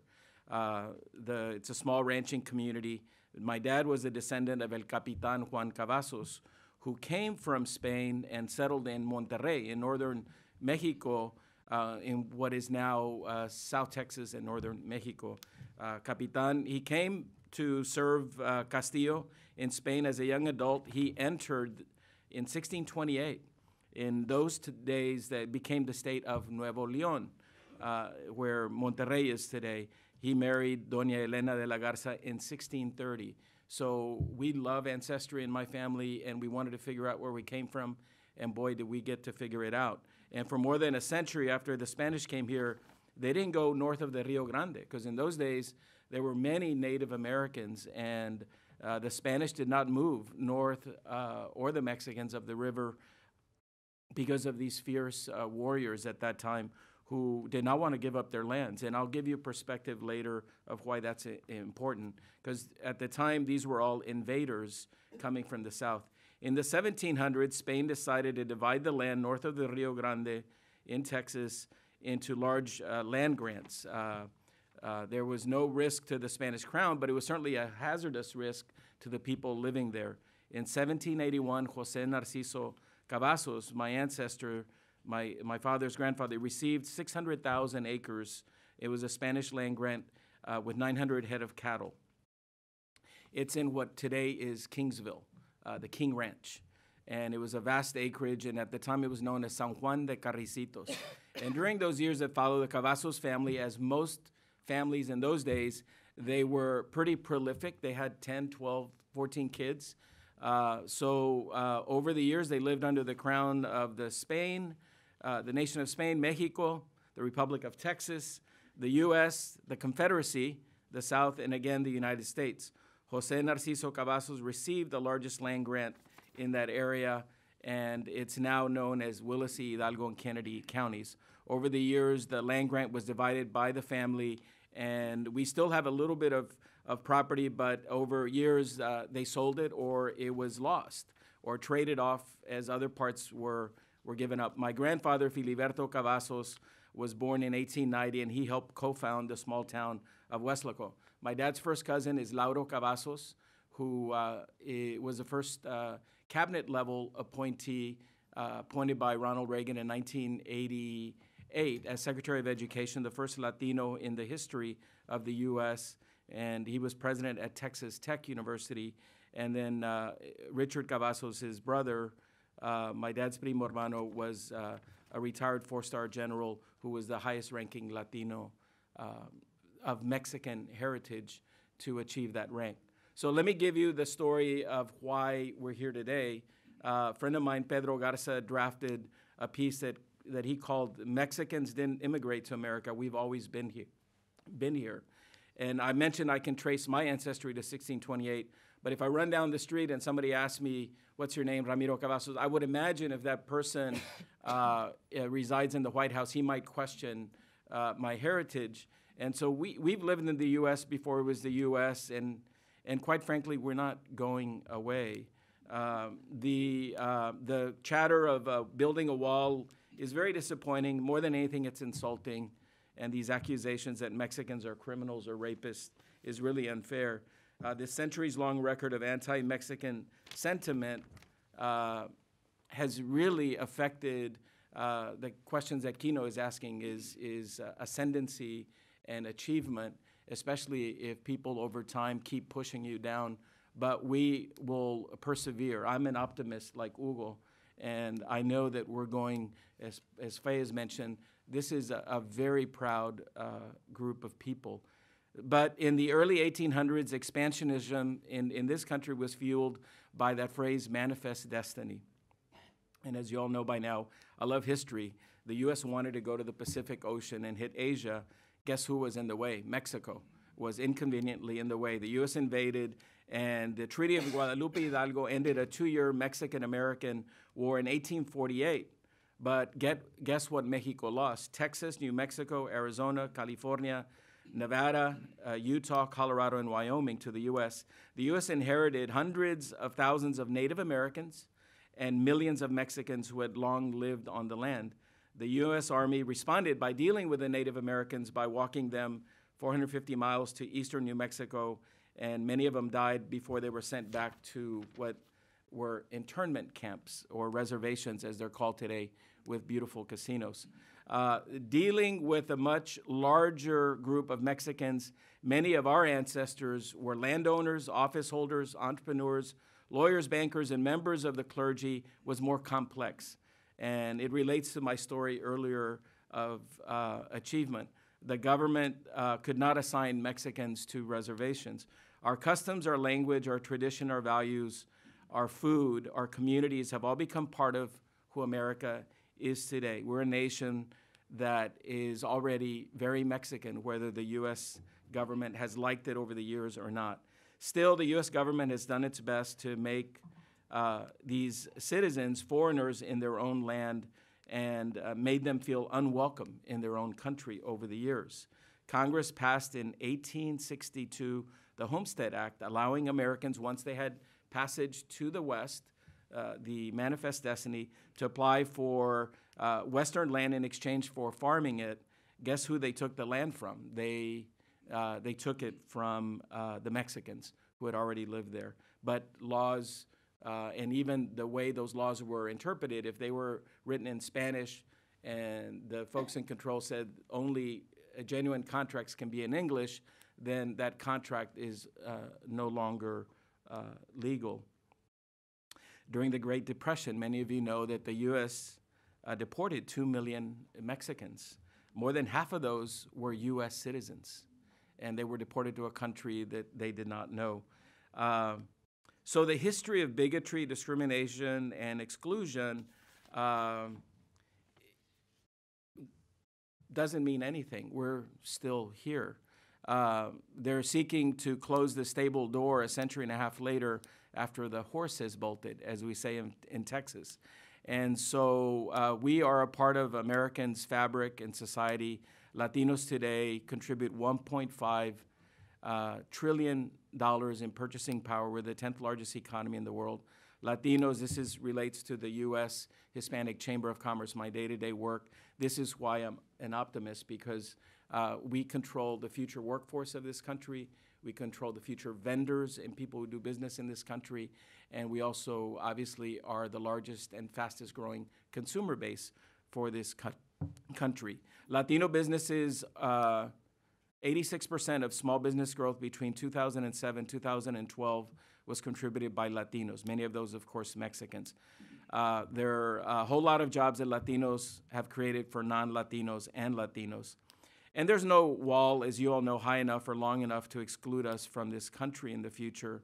By 2060, 1 in 4 Americans will be Hispanic. We're not consigned to our ancestral geography in the great Southwest. The fastest growing Latino communities today are North Dakota, Alabama, Georgia, Pennsylvania, Louisiana, South Dakota, and Utah. There's a reason why Montana is named Montana, because Mexicans live there too. It's really montaña. Mexicans are here in our homestead and homeland to stay. 33 million Latinos have been born in the U.S. A fence will only keep us in, not keep us out. And so I just wanted to conclude by sharing with you that as we look to the future and open it up to questions, 80% of the DACA recipients are Mexican. 2 out of every 3 Hispanics in the U.S. is Mexican. And of the 3 richest people in the world, 2 of them are Latino, Carlos Slim and Jeff Bezos. And the last thing I want to point out is the economic development relates to our future. And Mexicans that live abroad, both in the U.S. and elsewhere, send more than $30 billion back to Mexico. And it is about economic development that immigration from Mexico has actually gone in reverse. More people, Americans, are moving to Mexico than are moving from Mexico here. And so with that, I just want to thank everyone for your faith and your optimism. Today is election day, and we need to go out to vote. Thank you very much. A round of applause. I have some questions for you, Faye and Ramiro. However, we are kind of short of time, so I'm going to go straight to the questions from the audience. If there are any questions, please raise your hand, and there is a microphone there. Delancey. Thanks. I guess I start the questioning round. I was just curious to hear the panel's impressions. I'm also from Texas, and I think there are few non-Mexican Latinos there who haven't been insulted by being called Mexican. Not because being called Mexican is insulting, but I think it's not pleasant to be called something that you're not and not to be treated like an individual. However, I think it goes the other way as well. So Mexicans in the United States, the impressions of other Latino groups, particularly the countries of the Northern Triangle and immigrants from those countries, do affect how people are perceiving all Latinos in the United States, and of course Mexicans being the bulk of them. So I wonder if you have any thoughts to share on, as the first panel went into, how Mexican immigrants to the United States are, becoming more diversified, and of course there are many accomplishments of Mexican immigrants and Mexican Americans, but do you have any thoughts to share on how the community can sort of distance itself from these other groups, if that's even beneficial to anyone? Thanks. I think, in places like New York or LA, especially New York, where Mexicans are a minority within Hispanics, not for long, but it's been very convenient, this label of Latino. And I think we use it whenever it's convenient, and whenever it's not convenient, no. And sometimes it's harmful. When, for example, speaking about the Latino voice, people say, why is not the main concern immigration? Well, for some people, it's not. Cuban Americans have other concerns. Puerto Rican Americans have other concerns. So I think when you're in Texas, I was in Texas last week, and also I think it's a Texas that I guess if I went 3 kilometers out of Austin, it would be a different world, because everybody had their Beto T-shirt. Without, if you didn't have one, it's because you had a sweater on. It's very Mexican American, and it's very close to the border, and the presence has been there for a long time. But you go to other places, you go to Miami or you go to New York, and the reality of the Latinos is different. Also, for example, the label Chicano. You say to somebody of Mexican origin in New York, basically Mexican because we're mainly immigrants, your Chicano culture, I don't recognize that in myself because I don't belong to that history, that time period. But in Texas, sometimes it's synonymous with Mex-American, with Latinx, so that's my answer. I mean, the only thing I would add to that is that remember a gentleman by the name of Joaquin Blaya, who used to be the CEO of Univision in the late 80s, and he said something that has stayed with me forever, and it's that being Hispanic is a state of mind. And when you think about it, Latinos or Hispanic, it's not a race. I mean, we could be Cameron Diaz and be part Cuban and blonde-haired, blue-eyed. You could be Brazilian and speak Portuguese and be dark-skinned and beautiful. And you could be Asian and Latino if you're Filipino and speak Tagalog. And all of us that form this, whether it's Chicano or Hispanic or Latino or Mexicano or Tejano or whatever we call ourselves, I meet a lot of Latinos today who don't care that they have been given a label, and they could be somebody named Morgan Rodriguez, and they may have lost their Spanish, but they're part of that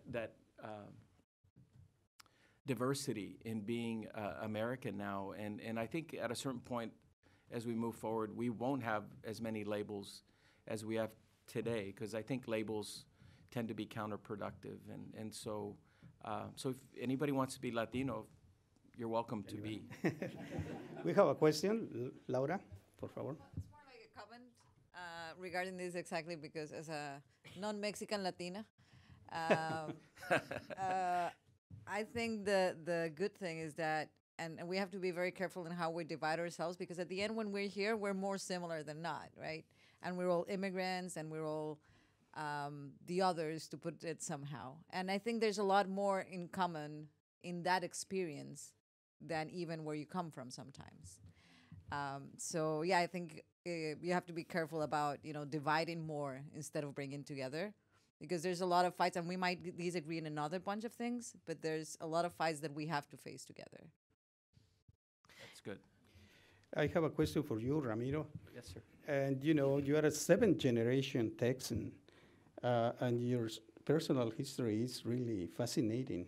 I think that precisely Faye, too, providing all this information about the stories. Refugees. Oh, yeah. The opposite. Very, very, very interesting. And we need to know more, because especially in this environment that is pretty hostile for immigrants, to have precisely the recognition, the knowledge, how we can do to promote. Faye, for example, you say in your book that these Mex-Americanos are badly understood even in Mexico. How can we increase the understanding of the Mexican-American community? And how, for you, Ramiro, how can we have a better communication too with the 7 generations and the recent arrivals? I mean, the only thing I would say that as whether you're first or 7th generation, thinking like an immigrant is the mindset that my family has maintained. Even after having been here so long, they still are very passionate about being Latino, and they feel, as was stated earlier, that we're all together in this, whether we're Cuban or Puerto Rican or Colombian or Venezuelan or a 7th generation or a 1st generation Mexican. It really doesn't matter. I think that we should not allow anyone to divide us, that we need to be united. And that's why I'm very excited to be the CEO of the United States Hispanic Chamber of Commerce, because the worst kind of discrimination, I think, is financial or economic discrimination. It's the color green. It's the companies that I represent that don't get contracts with the U.S. Department of Defense, and that's the largest buying service in the world. And so for me, if we're going to be successful, it's through education, it's through financial strength, and it's through NAFTA, and it's through agreements that give us, as a North American continent, the ability to compete in a global economy using Mexico, Canada, and the U.S. as a fantastic economic bridge for our jobs and our companies. And that's why I mentioned Carlos Slim and Jeff Bezos and the 4.7 million small businesses that we represent. That's really our focus, and that's where our focus should be, not on whether we're Cuban or Mexican or Texan or Coloradan. It's, am I creating jobs and am I creating wealth for my family? And we're ready to, just put us, my dad had a saying, no quiero que me den, quiero que me pongan donde hay.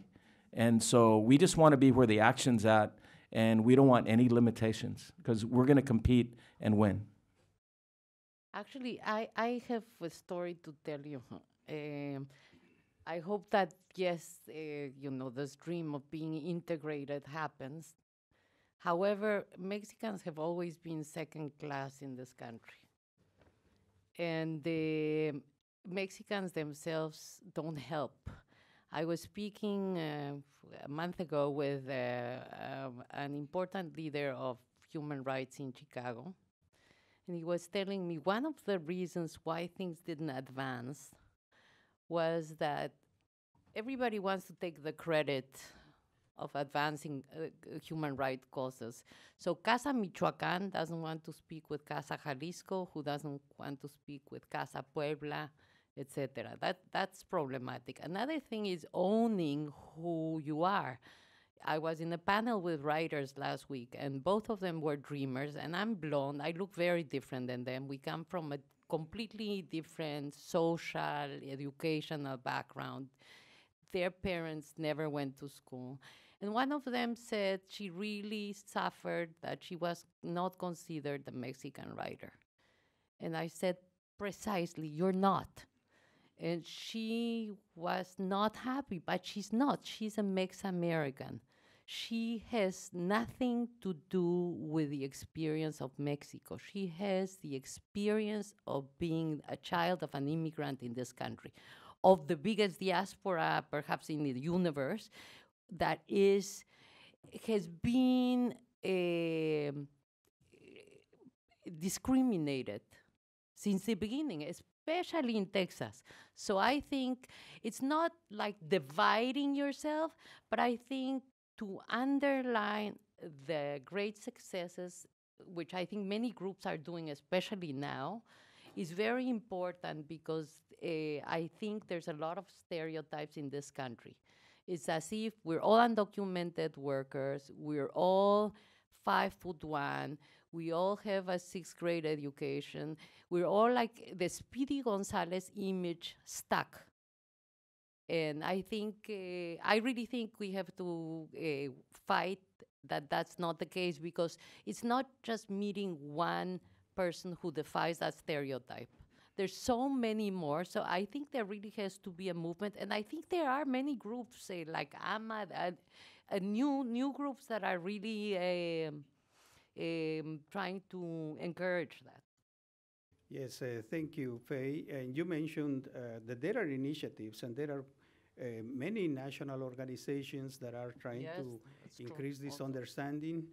One of them is the American-Mexican Association. That is an initiative that is emerging, and we will be hearing more from this organization. I'm part of the steering committee, and what they would like to do is precisely to have the voice of the Mexican-American community here. I think there are probably more questions. However, we reach our time limit. So I would like to thank the Wilson Center's Mexico Institute and the Migration Policy Institute for convening this important discussion. Have a round of applause for our panelists. Thank you.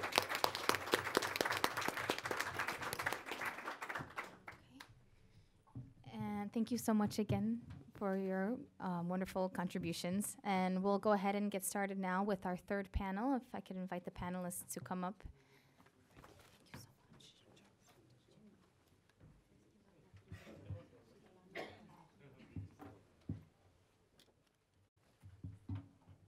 A mí también. I quote you all the time, by the way.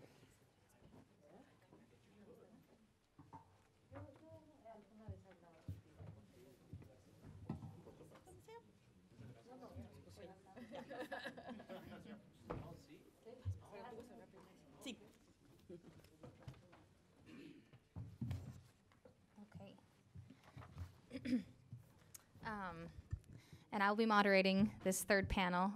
Again, I'm Rachel Schmidtke. I'm the Program Associate for Migration here at the Mexico Institute for the Woodrow Wilson Center. And I want to thank everyone again for being here today and bearing with the rain and the elections and everything. I think that this panel is quite important, given that the data that we saw in the first panel of more Mexicans returning to Mexico now than that are actually coming. And with that, I really want to introduce our two panelists here. We have Alexandra Delano Alonso, and she's the Associate Professor and Chair of Global Studies at the New School, and the current holder of the Eugene M. Lang Professorship for Excellence in Teaching and Mentoring.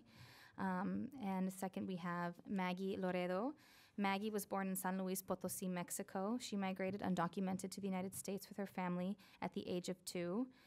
Maggie has been living in Mexico for the last decade, and in 2014, she contributed her experience to a book called Los Otros Dreamers, and this formed into an organization called Otros Dreams en Acción, for which she is the co-founder. So with that, we will start with the presentations. Thank you. Thank you for the invitation to participate in this space.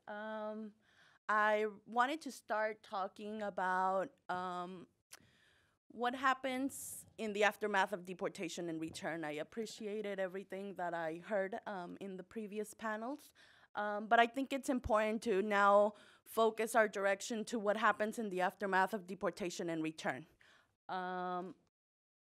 I want to share a little bit. I work in Otros Dreams en Acción, which is an organization, a grassroots organization by and for the community that we were born in Mexico, grew up in the United States, or lived in the U.S., and have been back to Mexico because of deportation, the deportation of our family members, or forced return, which at the end of the day, it's also a systemic way of having to leave the country. I wanted to talk a little bit about our community and of the increasing numbers of deportations that have been occurring to many countries, but in this case, Mexico, of people that get deported or people that have to sign voluntary departures, which at the end of the day, it's basically the same thing as being deported. But also, it's important to think about all the people that are returning with the people that get deported. And we don't have numbers a lot about that, about all the people that get deported with their families. And it's the policy that we're living now. It's a policy of separating families. And also the diversity. I think it's very important to talk about the diversity and the people that are returning and being deported. It's important to not categorize only one sort of phase of deportation and return. I think it's very important to have in consideration the experiences, the places where people are returning within Mexico. I think that's very important. It's not the same thing returning to Mexico City than returning to Guerrero or Michoacan, where people are having to migrate again because of the violence and the situations. It's important to think into consideration the gender, the needs, and also the age is very important. Many people are returning who are now in their 35, 40, and Mexico discriminates a lot in terms of the labor and the ages, and it makes it hard for people to get inserted in the labor market again in Mexico. The language is also very important, the level of education, and the health conditions. As well, what does it mean to return to Mexico, or this sort of welcome back to Mexico by the government? It's funny, but many of us are undocumented once we arrive to Mexico because it's very difficult to get access to an identity document, and that's something that we've been seeing and we've been talking a lot about. Mexico makes it really complicated to have access to an identity document, and that's very, I mean, it's terrible because that also makes you, the rest of the rights get violated because you don't have an identity. So it's more complicated to get access to health, get access to a job, get access to even renting a room. Or a house or everything, it's very hard. In the terms of Mexico City, there are no shelters for people who get deported. People, when they get deported after living 20, 30 years in the U.S., arrive and they have to go to the shelters that are for homeless people. And that's not the same profile, and many of the times it makes it a lot more worse for people. The low wages and the poor working conditions is also something that is affecting the families that are returning. In terms of revalidation of U.S. degrees, it's also been very hard in the last years. ODA and other organizations were part of the changes to the norms, the 286 norms, which now it makes it easier to be able to revalidate U.S. studies in Mexico. But now the biggest challenge is actually implementing. Mexico has a lot of nice laws, but the challenge is to implementing them at the local, state level. And I mean, the programs in Mexico, I mean, there really are not many programs that are specifically for the needs of the community. That's been very challenging because they try to insert deportees, returnees to programs that are already existing, but it's very different, the needs again and the profile, so it makes it challenging to get into the programs. Currently, Somos Mexicanos is a program or a strategy that was implemented by the Mexican government. We have seen in the day by day that is not very efficient. There is no follow-up on cases. They give you pamphlets or flyers or something, but there's not a real follow-up in the process of a person when it gets deported or returned. And also, there needs to be evaluations if the programs are efficient or not, and there isn't. So it's very important to also have that in consideration. There needs to be interinstitutional communication, which there isn't among the institutions in Mexico, which that makes it also very challenging.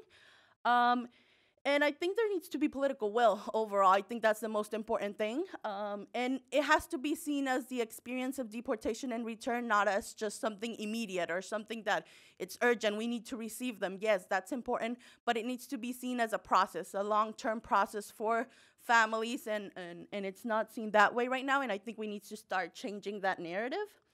In ODA, we do accompaniment to people when they get deported or they arrive. We have been able to trace different routes to support people to get access to the different identity documents that there are, and to have access to health care, and even if they need a place to stay, we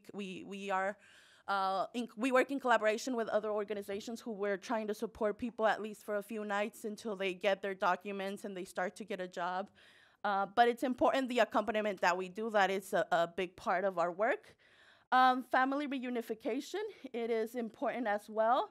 And it's something that is not really talked about in many of the families. I mean, when they get deported, they also don't talk a lot about it because it's the most important thing, but it's the thing that it's harder to achieve, to be able to go back to be with your families. I think that is the most difficult thing, and currently Mexico is not talking about it either. The U.S. is not talking about it either, about what happens with those families that are separated from their children, from their spouses, from their siblings, and it's very important. We're working on a program internally to do crowdfunding to support people, but at the same time to advocate so that there can be policies to talk about this topic.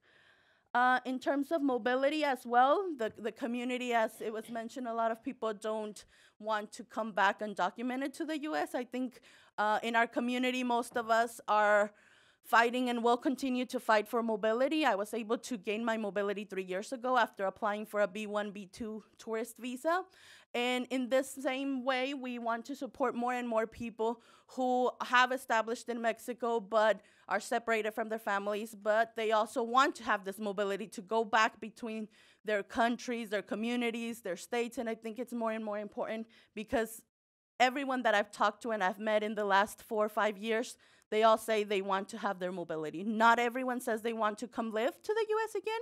Others may do, others may not, but it's very important to have this mobility and this sort of feeling of, not feeling, it's a reality of being in exile in one place. Bocha House, we recently inaugurated Bocha House. It's a community, cultural, safe space for our community in Mexico City. We're in the heart of the downtown of Mexico City.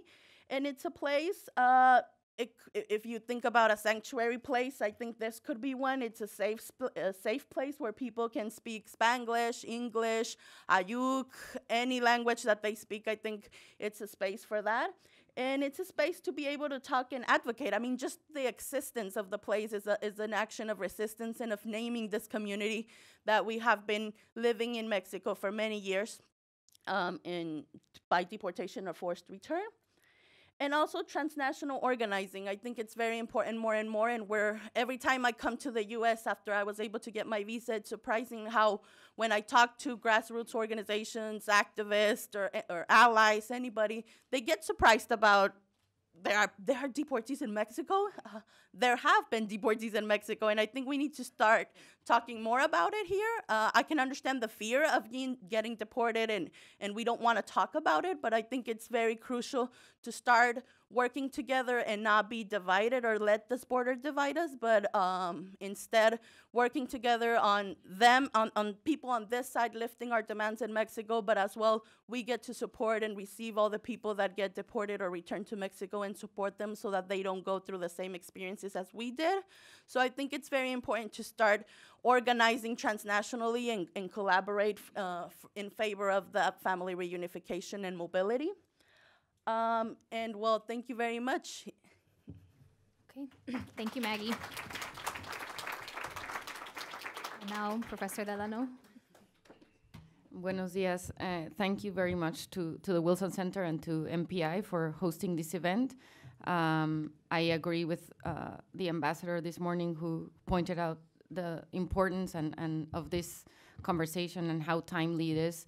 But I want to emphasize that it's not just because of the political context in the U.S. and how much it's mattered right now in the elections we're holding today and in the general debate around this since the Trump election, but also because there has been a change in government in Mexico with the elections that took place in July. And that has also opened up a new kind of conversation around the need for a change in Mexico's migration policies as well and its approach to these issues. So I want to start also by addressing the topic of the panel, which is this idea of a change in Mexican migration flows.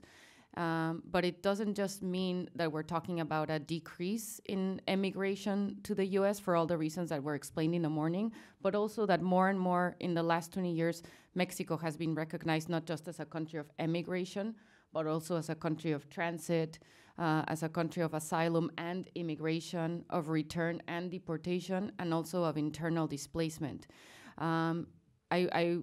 Addressing the idea of the gentle stream that's in the title, many of these movements are not gentle at all. And that has to do with the context of violence in Mexico that has coincided with some of the changes on these flows, as Ariel mentioned in the morning, which have created movements that take place in much more precarious conditions, whether it's emigration or asylum or even return. And that creates very difficult conditions that need to be addressed from a holistic perspective. And that means looking at all these movements as a whole rather than as unidirectional movements where a program that is supporting a migrant in the US through a consulate has to have a match with a program in Mexico in order to continue these processes of support and access to rights, and equally for asylum seekers in Mexico. I think that is one of the main challenges, and that's what civil society in Mexico has been pushing for. Because we have had a development in Mexico of a vision and policies and laws that reflect this reality in the discourse. We talk very much about una política integral, a comprehensive or holistic policy to approach migration, and important legislation and programs have been developed from this perspective, but the implementation of that vision is where there has been a huge gap. And part of that has to do with some of the issues that Maggie already mentioned, which is, for example, the lack of interinstitutional collaboration and political will. So differently from the US, our institutions that deal with immigration in Mexico are very much separated between the Foreign Ministry, the Ministry of the Interior, the Secretary of Labor, the Secretary of Development, and it's very difficult to really have an intersectional and holistic approach in practice to the development of these policies and the implementation of them. There's also a very significant lack of infrastructure and resources to really devote to the programs that, as I said, have a very progressive vision and are founded on ideas around access to rights rather than on a vision of security, but in practice they are becoming security-focused programs because the resources that are available are mostly focused on that area with support from the US rather than on the vision that they supposedly represent. So there's a huge need for infrastructure and resources on issues like return, asylum and immigration, and also support for populations in transit. Another aspect of this is the fact that there are very limited channels for migrants and civil society to fully participate in the process of design, implementation, and as Maggie said, evaluation of the programs. There has been an opening in Mexico in the last 20 years where civil society has become much stronger in addressing these issues and having a voice, and that has led to the changes in policies and a different discourse around migration issues in Mexico, focusing more towards human rights. But the reality of the ability of civil society to actually participate in the implementation of these programs and the evaluation is very limited, and there are very few channels for that, and there's a significant need for more spaces to open up in this regard. And finally, the issue of stigmatization and discrimination. So many of the exclusions and the discrimination that migrants face in this country and that we've talked about earlier in terms of their perceptions of their lives here and the kinds of challenges that they face, the barriers that they face in the US, are very much present in Mexico. Maggie has talked about the experience of return and how returnees are very much excluded, not just institutionally, but from their society itself, from Mexican citizens who see them as not Mexican enough or discriminate them because of the accent or the way that they dress or the fact that they just look different. And it's a very similar discourse to the one that is used against Central American migrants and migrants from the Caribbean and other places that are seen as criminals and as not deserving opportunities to be in the country because they take our jobs and all replicating very much the discourse that takes place in the United States. So there's a fundamental need for societal change in Mexico as well in terms of how they view migrants coming to the country, but also those that are abroad and that are returning. Oh, what did I do? So I want to just to sort of support that and look at opportunities for change. I want to talk about some of the examples that have been developed in the context of immigration here in the US through the network of consulates that can serve as an example of these types of holistic and collaborative approaches. So to be clear that we're not just starting from nothing and that we have created programs that demonstrate the ability for shared collaboration across the two countries and across a different set of actors that include civil society, public and private institutions in the US and Mexico. And these are programs that are focused on access to social rights within the consulates that are mostly addressing the population with precarious status, but that also talk about the other groups within the diaspora that Faye was talking about earlier. They address both the professional and entrepreneurial and other groups within the diaspora that have legal status or have been here for second, third generation, but also the migrants that are arriving and that need to understand how institutions work in the United States and how to access educational programs, health programs, how to get an insurance, even if you're undocumented, what options are available to you for healthcare at a low cost, how to fight for labor rights and organize and join a union, how to be able to join a bank and have credit and be able to save in order to send your child to college, or naturalization programs where the consulate supports you in filing your application or even gaining access to courses for learning English or learning how to take the citizenship tests. So all of these programs that I can discuss further in the Q&A are programs that are available through the consulates, but that build on initiatives that were developed by migrant organizations and that are a result of partnerships between various institutions that share resources. And the consulate here becomes a really important bridge and a space that provides this cultural and linguistic sensitivity where migrants feel more comfortable and at ease in reaching out to different organizations that are present there and participating in programs that are government-sponsored from the U.S., for example, from OSHA or the Department of Labor or the USCIS in terms of access to naturalization, where normally perhaps there is fear or concern that they don't speak English well enough or that might compromise the status of a family member, but the consulate provides this space where these interactions are possible and that address not just the immediate urgent problems that a migrant might face, but a broader sense of the need for access to social, economic, and political rights in the country. And I just want to give a quick example of a quote from our former Mexican ambassador to the US, where he's basically talking about this idea of how consulates have become integration centers. So they're focusing more on this access to opportunity within the US for migrants, regardless of their status, and also joining Mexicans and Latinos in this purpose, building on what has been discussed before, that it's not just a Mexican issue, but a shared issue among other populations, and with a focus of gaining access to all these different rights and not just protection and immediate urgent concerns. Some of the opportunities, and of course this is great and can be an example of something positive and a move in a different direction in how we normally talk about these issues and how they play out in the bilateral relationship, but they also present challenges and contradictions.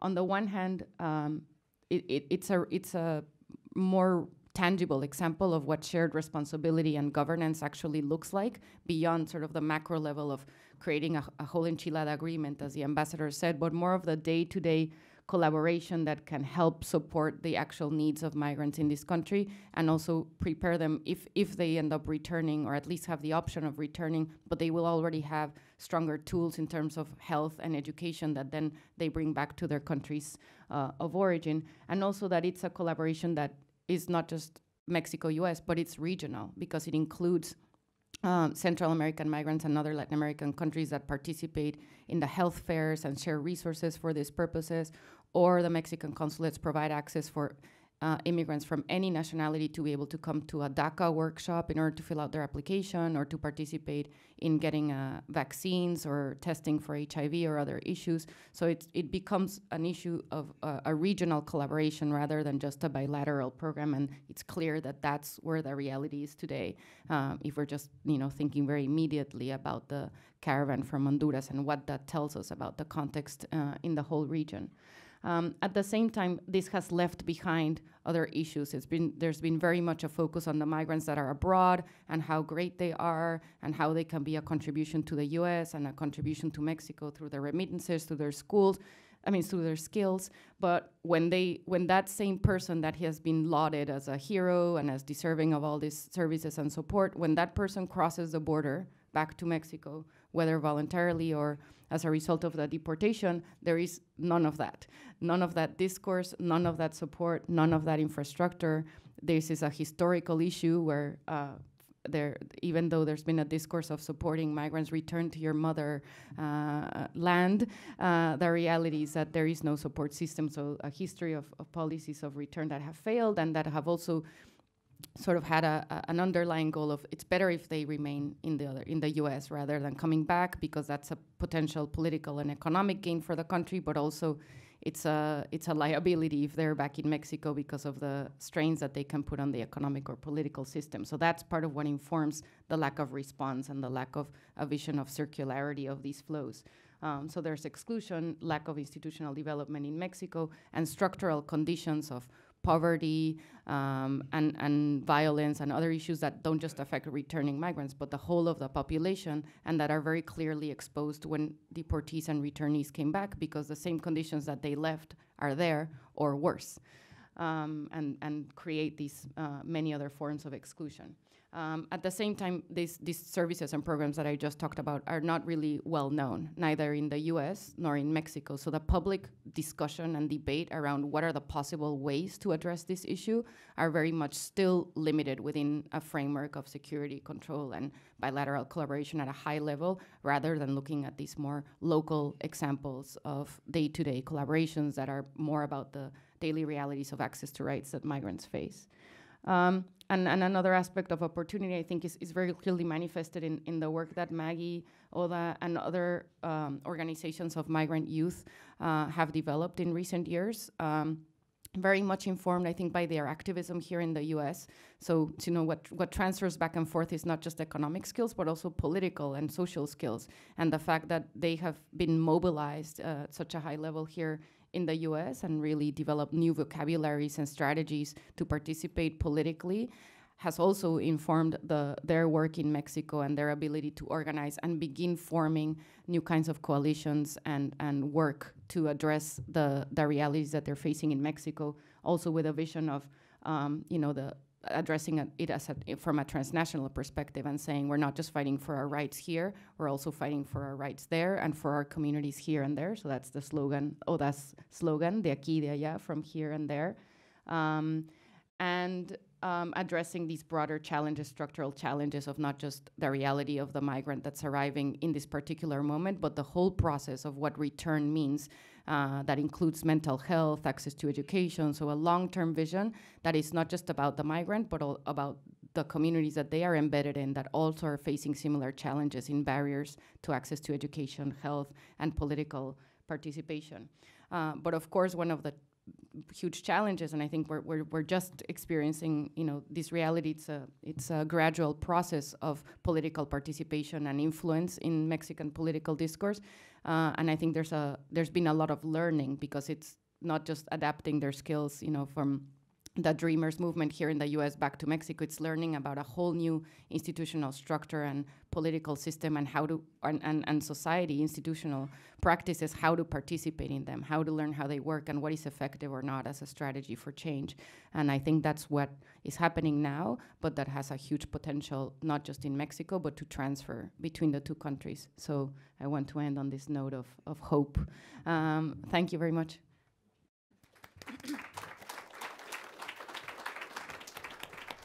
I want I want to thank you both. I'll ask just one question and then we'll open it up to the audience. You've both spoken about the challenges that returnees face when coming back to Mexico and some of the strategies that are underway. So I'm wondering if all these strategies were implemented correctly, what kind of opportunities and contributions do you think this population could give to Mexico given their unique bicultural, bilingual, binational perspective? Wow, I'm just trying to imagine what would it be if they were all implemented.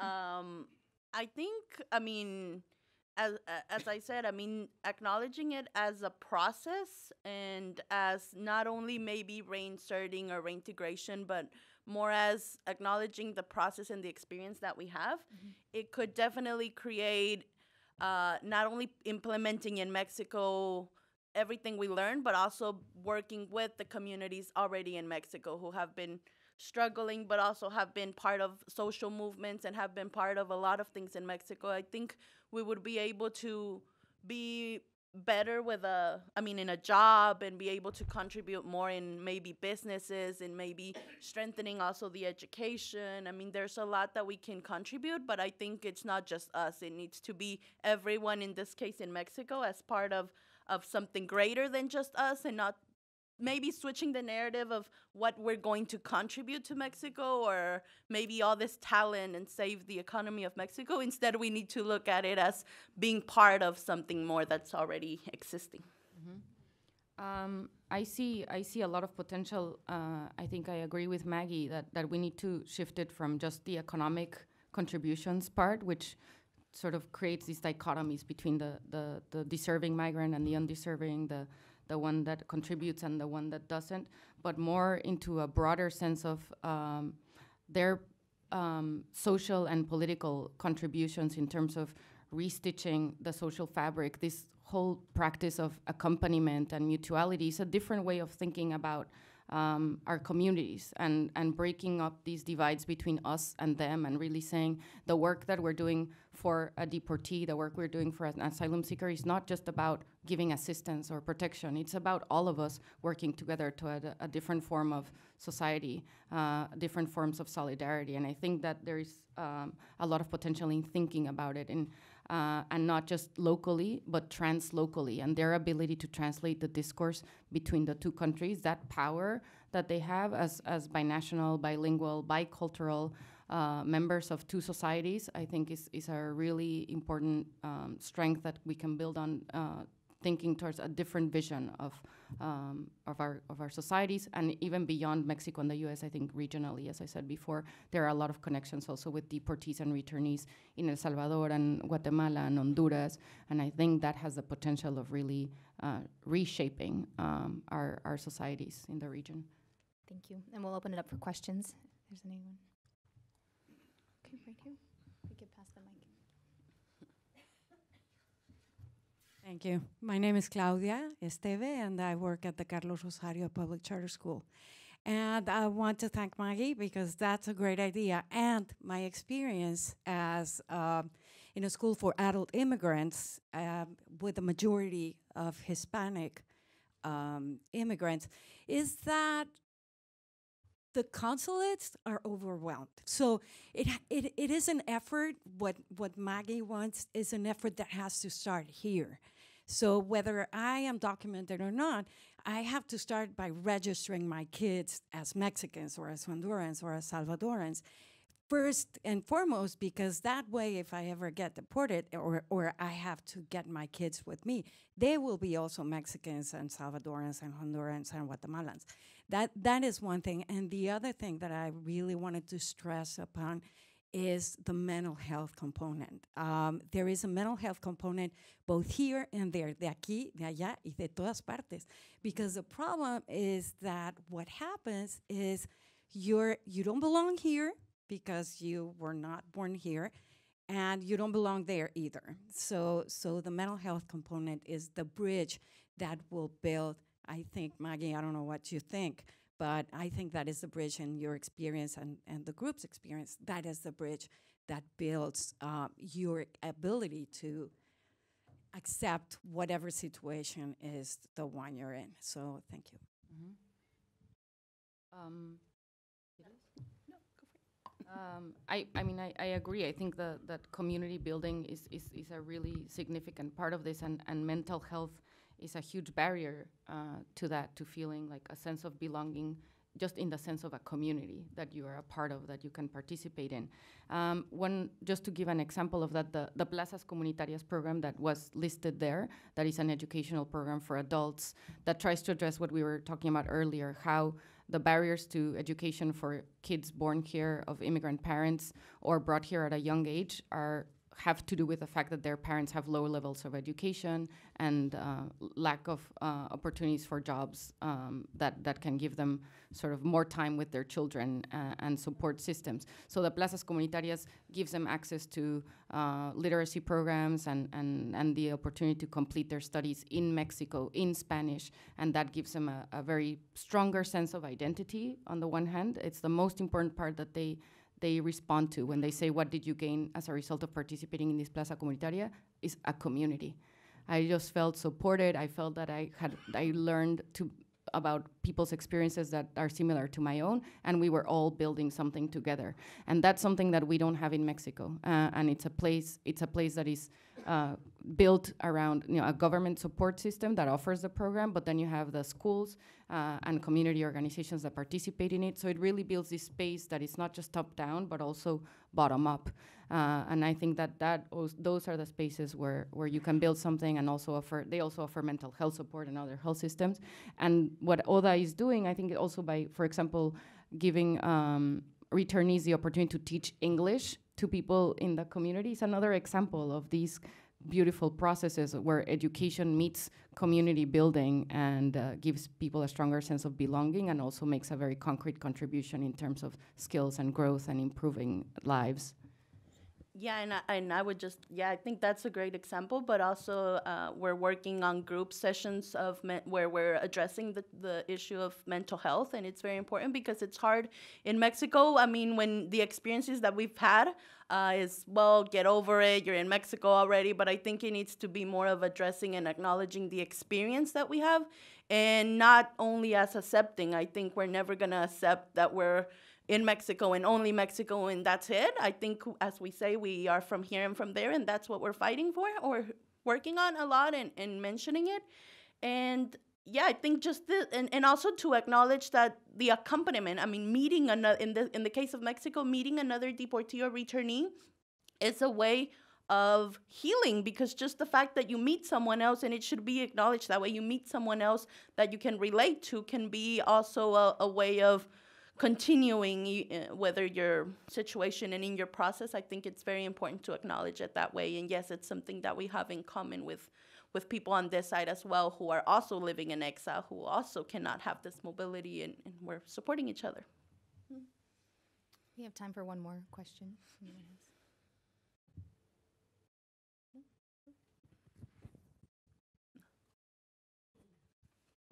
Good afternoon. My name is Jasmine Romero Latin. I'm agency commissioner. My question is, for example, the Mexican and Central America suffer a lot in this country, especially with the people without legal documents. How you support the Central American and Mexico, because they have the same situation. We fight a lot with the United States, but what happened about my people? I'm Salvadorian. They has the same problem.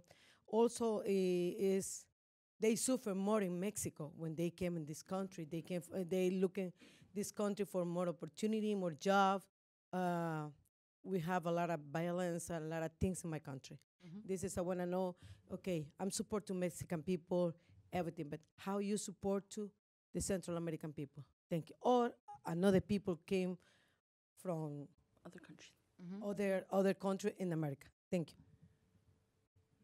Yeah, I think that's very important, and we've been talking a lot about it within our community in Mexico, especially because we have a lot of things in common. I mean, one of the things is that we were undocumented in another countries. Our parents had to flee countries, in this case, Mexico, and go to the U.S. And I think that's something that we're thinking about every day, that now that we have this other position in Mexico as being sort of citizen, with documents in Mexico, what does that mean? And I think that means that we we are there to keep an eye on what's happening, and we're there to tell the Mexican government that we're paying attention and that we're not going to let or allow the rights be violated of the people that are going through Mexico, that are fleeing, and they're fleeing because of poverty, because of violence, because of structural things that are occurring in their countries of origin. But as being part and being in that position of demanding, I think that's something that we're doing and participating in Mexico City. Right now, we're working with the Comisión de Derechos Humanos, the Human Rights Commission in Mexico City, in their response, going every day to support. And our community right now is in active mode, just working with the caravan and the exodus of migrants in collaboration with all the other organizations and, as I said, the Human Rights Commission. And I think we have that. I mean, we don't have an option. We need to be there, and we need to support in every way possible. There are many people that grew up all their lives here in the U.S. and got deported to Central America, and they joined the caravan. So a lot of people are in this because of family separation, and they're wanting to come back to their families in the U.S. And I think there's no difference between us and them, and we don't want to have labels. We know that we're humans, and we actually want to be together. So that's my answer. I think it's clear that most of the support of the real, like, day-to-day challenges has come from community organizations and from a very strong network of shelters that has developed since the late 1990s across the whole migration route. So they're the ones that are providing the immediate assistance, but also doing a lot of the advocacy work so that policies can change and that resources can be provided. We do have a strong legal framework that supports this, our migration law and our refugee and asylum law that was reformed or created in 2011 and subsequent reforms to our legal system. But the problem, as I said earlier, is implementation. There are very limited resources for our Commission for Refugees. So there's a huge backlog of asylum applications, and therefore a lot of people give up or return to their countries or leave the shelters and the places where they're at, which are not really adequate. That's where resources need to be put in order to really make these available, as well as other kinds of mechanisms that have been created, like temporary visa programs, so they can stay in the country temporarily and work temporarily under conditions, positive conditions, and then make a decision about whether to continue their journey or return to their countries. All of this already exists, but we are in a context where there is a lot of corruption, impunity, and a large presence of criminal organizations that include the police and immigration authorities, and therefore that creates a lot of barriers to really respond in a humanitarian way to this issue. The new government has proposed an alternative which focuses largely on development, focusing on economic development in Mexico, but also in the region, and promising that migrants who come through Mexico from Central America will have access to jobs that will be created for both Mexicans and Central Americans. The challenge is, when will we see the effects of these policies, and what will be, we're still going to need immediate responses that really reflect this more human rights focused framework, while we wait for development and economic programs to address the structural conditions that are creating these conditions for movement from Central America and from within Mexico. Okay, and I think with that, we'll conclude the panel. I want to thank everyone for coming out today. It's been an illuminating conversation, and for those of you voting, best of luck, and thank you again.